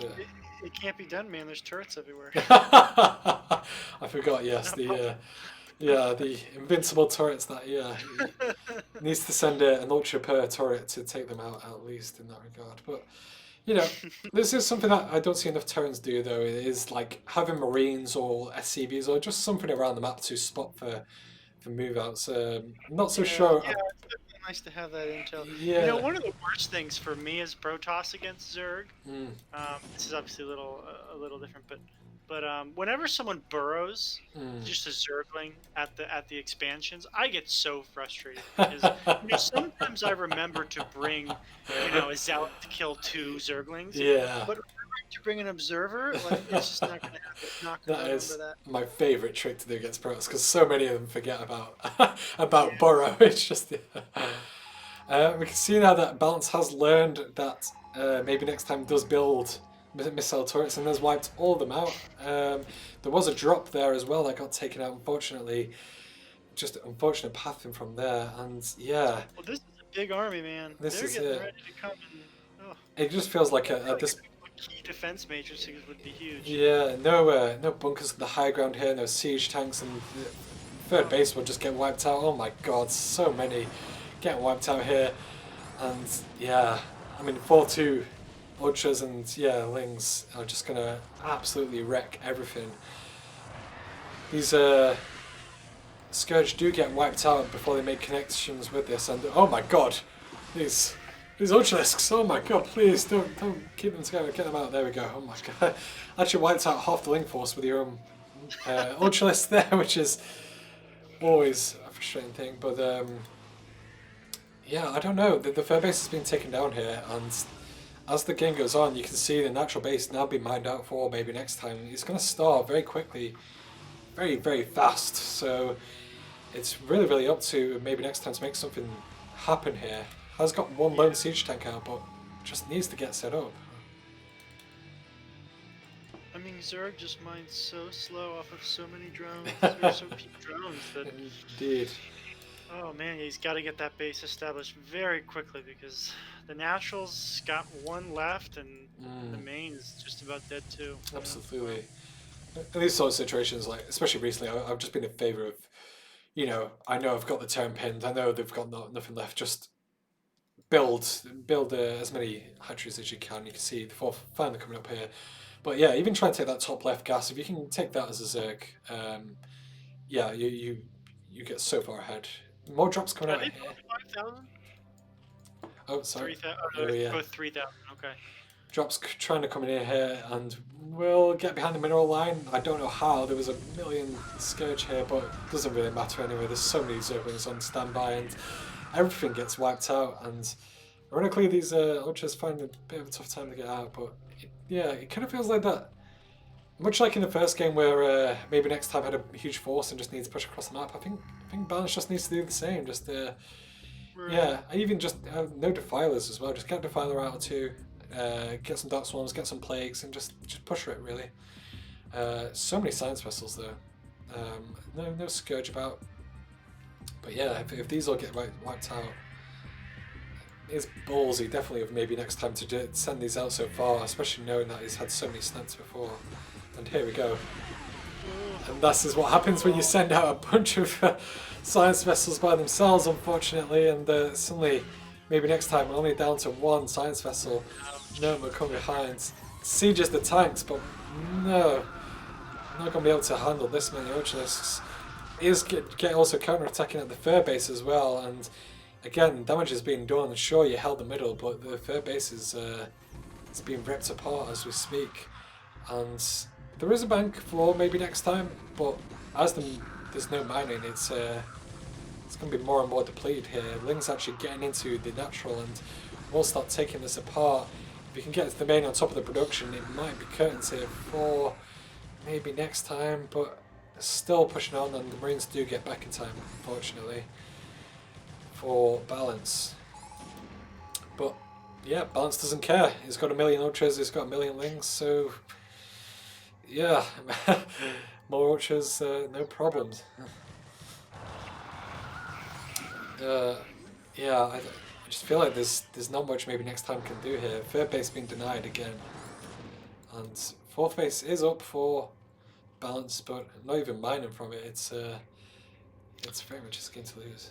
I mean, losing that many vessels too, just it Yeah, sort of spells the end of it, right? You can't lose that much damage that's supposed to be cumulative over the game. yeah. I feel like maybe send out one or two if you have a pack of them is all right, but yeah, send out your entire vessel force just to get wiped out. Siege tanks do a good job here and wipe out all the ultralisks. So what do I know about StarCraft? I don't know. This is what I've learned from this cast today. So yeah, somehow supplies have been reset and now there's no gas for balance because all of it was dumped into Ultras. But there's still a huge mineral bank. So yeah, as we can see here, balance just can build a million lings and maybe just rally. Maybe take a two-pronged attack. You know, send some links to natural and send some links to the third, and yeah. Well, we do finally see a consume on the way, and we The also see a couple queens out. queens are always good as well. This is yeah, again something I don't do enough as well. If you obviously with queens you can broodling what are they called siege tanks, so they'll get instantly wiped out. So maybe might be good for some style points here with the queens. Something I don't really typically see in mech games actually, but yeah, I'm not really sure here. This is yeah again. Take the top left. Take all the bases as again. Take a page out of Leonix's book, and yeah, just really take the map because it's definitely balances in this situation. But yeah, the 23-minute defiler should definitely help Yeah, I close think things we out. saw it around 22 minutes last time too. Improve, yeah. Consistent with his timings at least is I think it's a plan. indeed. But yeah, as I say again, this is something I do when I go Ultraman. I just continue to build ultras, and I forget that the Defiler is a unit that exists really. But yeah, they can absolutely help in these scenarios. Oh, and here it comes. Oh boy. A huge blob of red Oh, just moving boy. across the map, and doesn't matter if there's anything on the ramps here, which there isn't. These lings are just going to get on top of everything, and this third base looks like it's going to be denied for a third time. And yeah, it doesn't really matter so much here. Lings will overwhelm completely, and even though the natural survives, there's no money left, there's no money left, maybe next time is pretty much dead. Siege tanks will continue to fire and wipe out Ultras there, but I don't know, as maybe next time you see that many lings at your third base, my god, what is going through your head? And there's no mining happening anymore. Indeed. So it kind of feels like maybe next time just scan it about, processing what's happened here, unfortunately, and looks like it will be knocked out here of the quarterfinals. Again, playing a valiant game here. It's all finally here at the fourth base, so they might join for the next attack. Who knows? You'll see.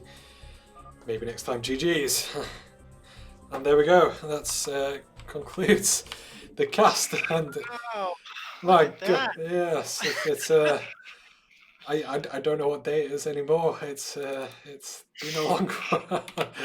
But again, this is the nature of games in StarCraft. I think we definitely had some of our longest games today that I've seen. But yeah, but all players really yeah, playing well. I think in terms of where they're at.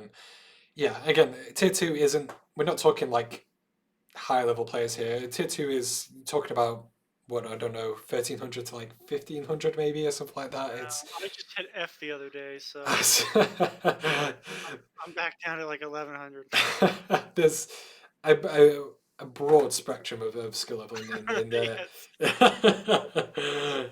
But Yeah, it's I think like 1350 is probably on the higher side. I think yeah, absolutely. maybe 1400 for somebody. Yeah, and tier two, I think tier two is that weird spot where you're familiar with Brood War, you know what everything does, you know what all the units are, Yeah, you know about macro and stuff like that, but you've not quite got like the mechanics, you've not quite got the knowledge to react and stuff like that, and it's a learning game. And I think all those games really showed like there was something weird in like all of those games, in that whether it was like mass expansions, whether it was fast mute lists or something like that. It's all about the knowledge. It's all about when knowing to how to play the game, dictate the match in that sort of situation. So it's tough. It's really really tough, and I think none of these players played badly. I think they all gave it their best in that regard. And yeah, I think yeah, we had some great games today. if we looked back at these players like at the start of the season, and then compare them to that, I imagine some of them would have come a long way in that sense. So yeah. Anyway, I am looking at the score for Amigos versus Mech and Cheese, and it was 11-10. that's So unfortunate. looking right there, yeah. I know that Mekachi's got worked out, but it's unfortunate it came down so close to the wire. But it was the same on our side as well. It was both series Yeah, came down, so I'm looking at that as well. it Eleven was ten. a chaotic week within CPL. But yeah, Mech and Cheese in this particular series, tier two doing them proud, taking 3 matches, only dropping one there. But yeah, I think tier two looked strong for Mech and Cheese, so definitely hold their heads high. Anyway, it is late, I imagine, for the European people. So thank you very much, everyone, for joining us. Ilona, it's been a pleasure as always. Thank you for Yeah, staying with us throughout this huge cast and long games, but we got there. We got there. woo! All right. All right, I'll end the cast there, guys. Thank you very much for joining, and if you're still here, you're still watching, thank you for watching to the end. Good All games. right, man. Have a good one.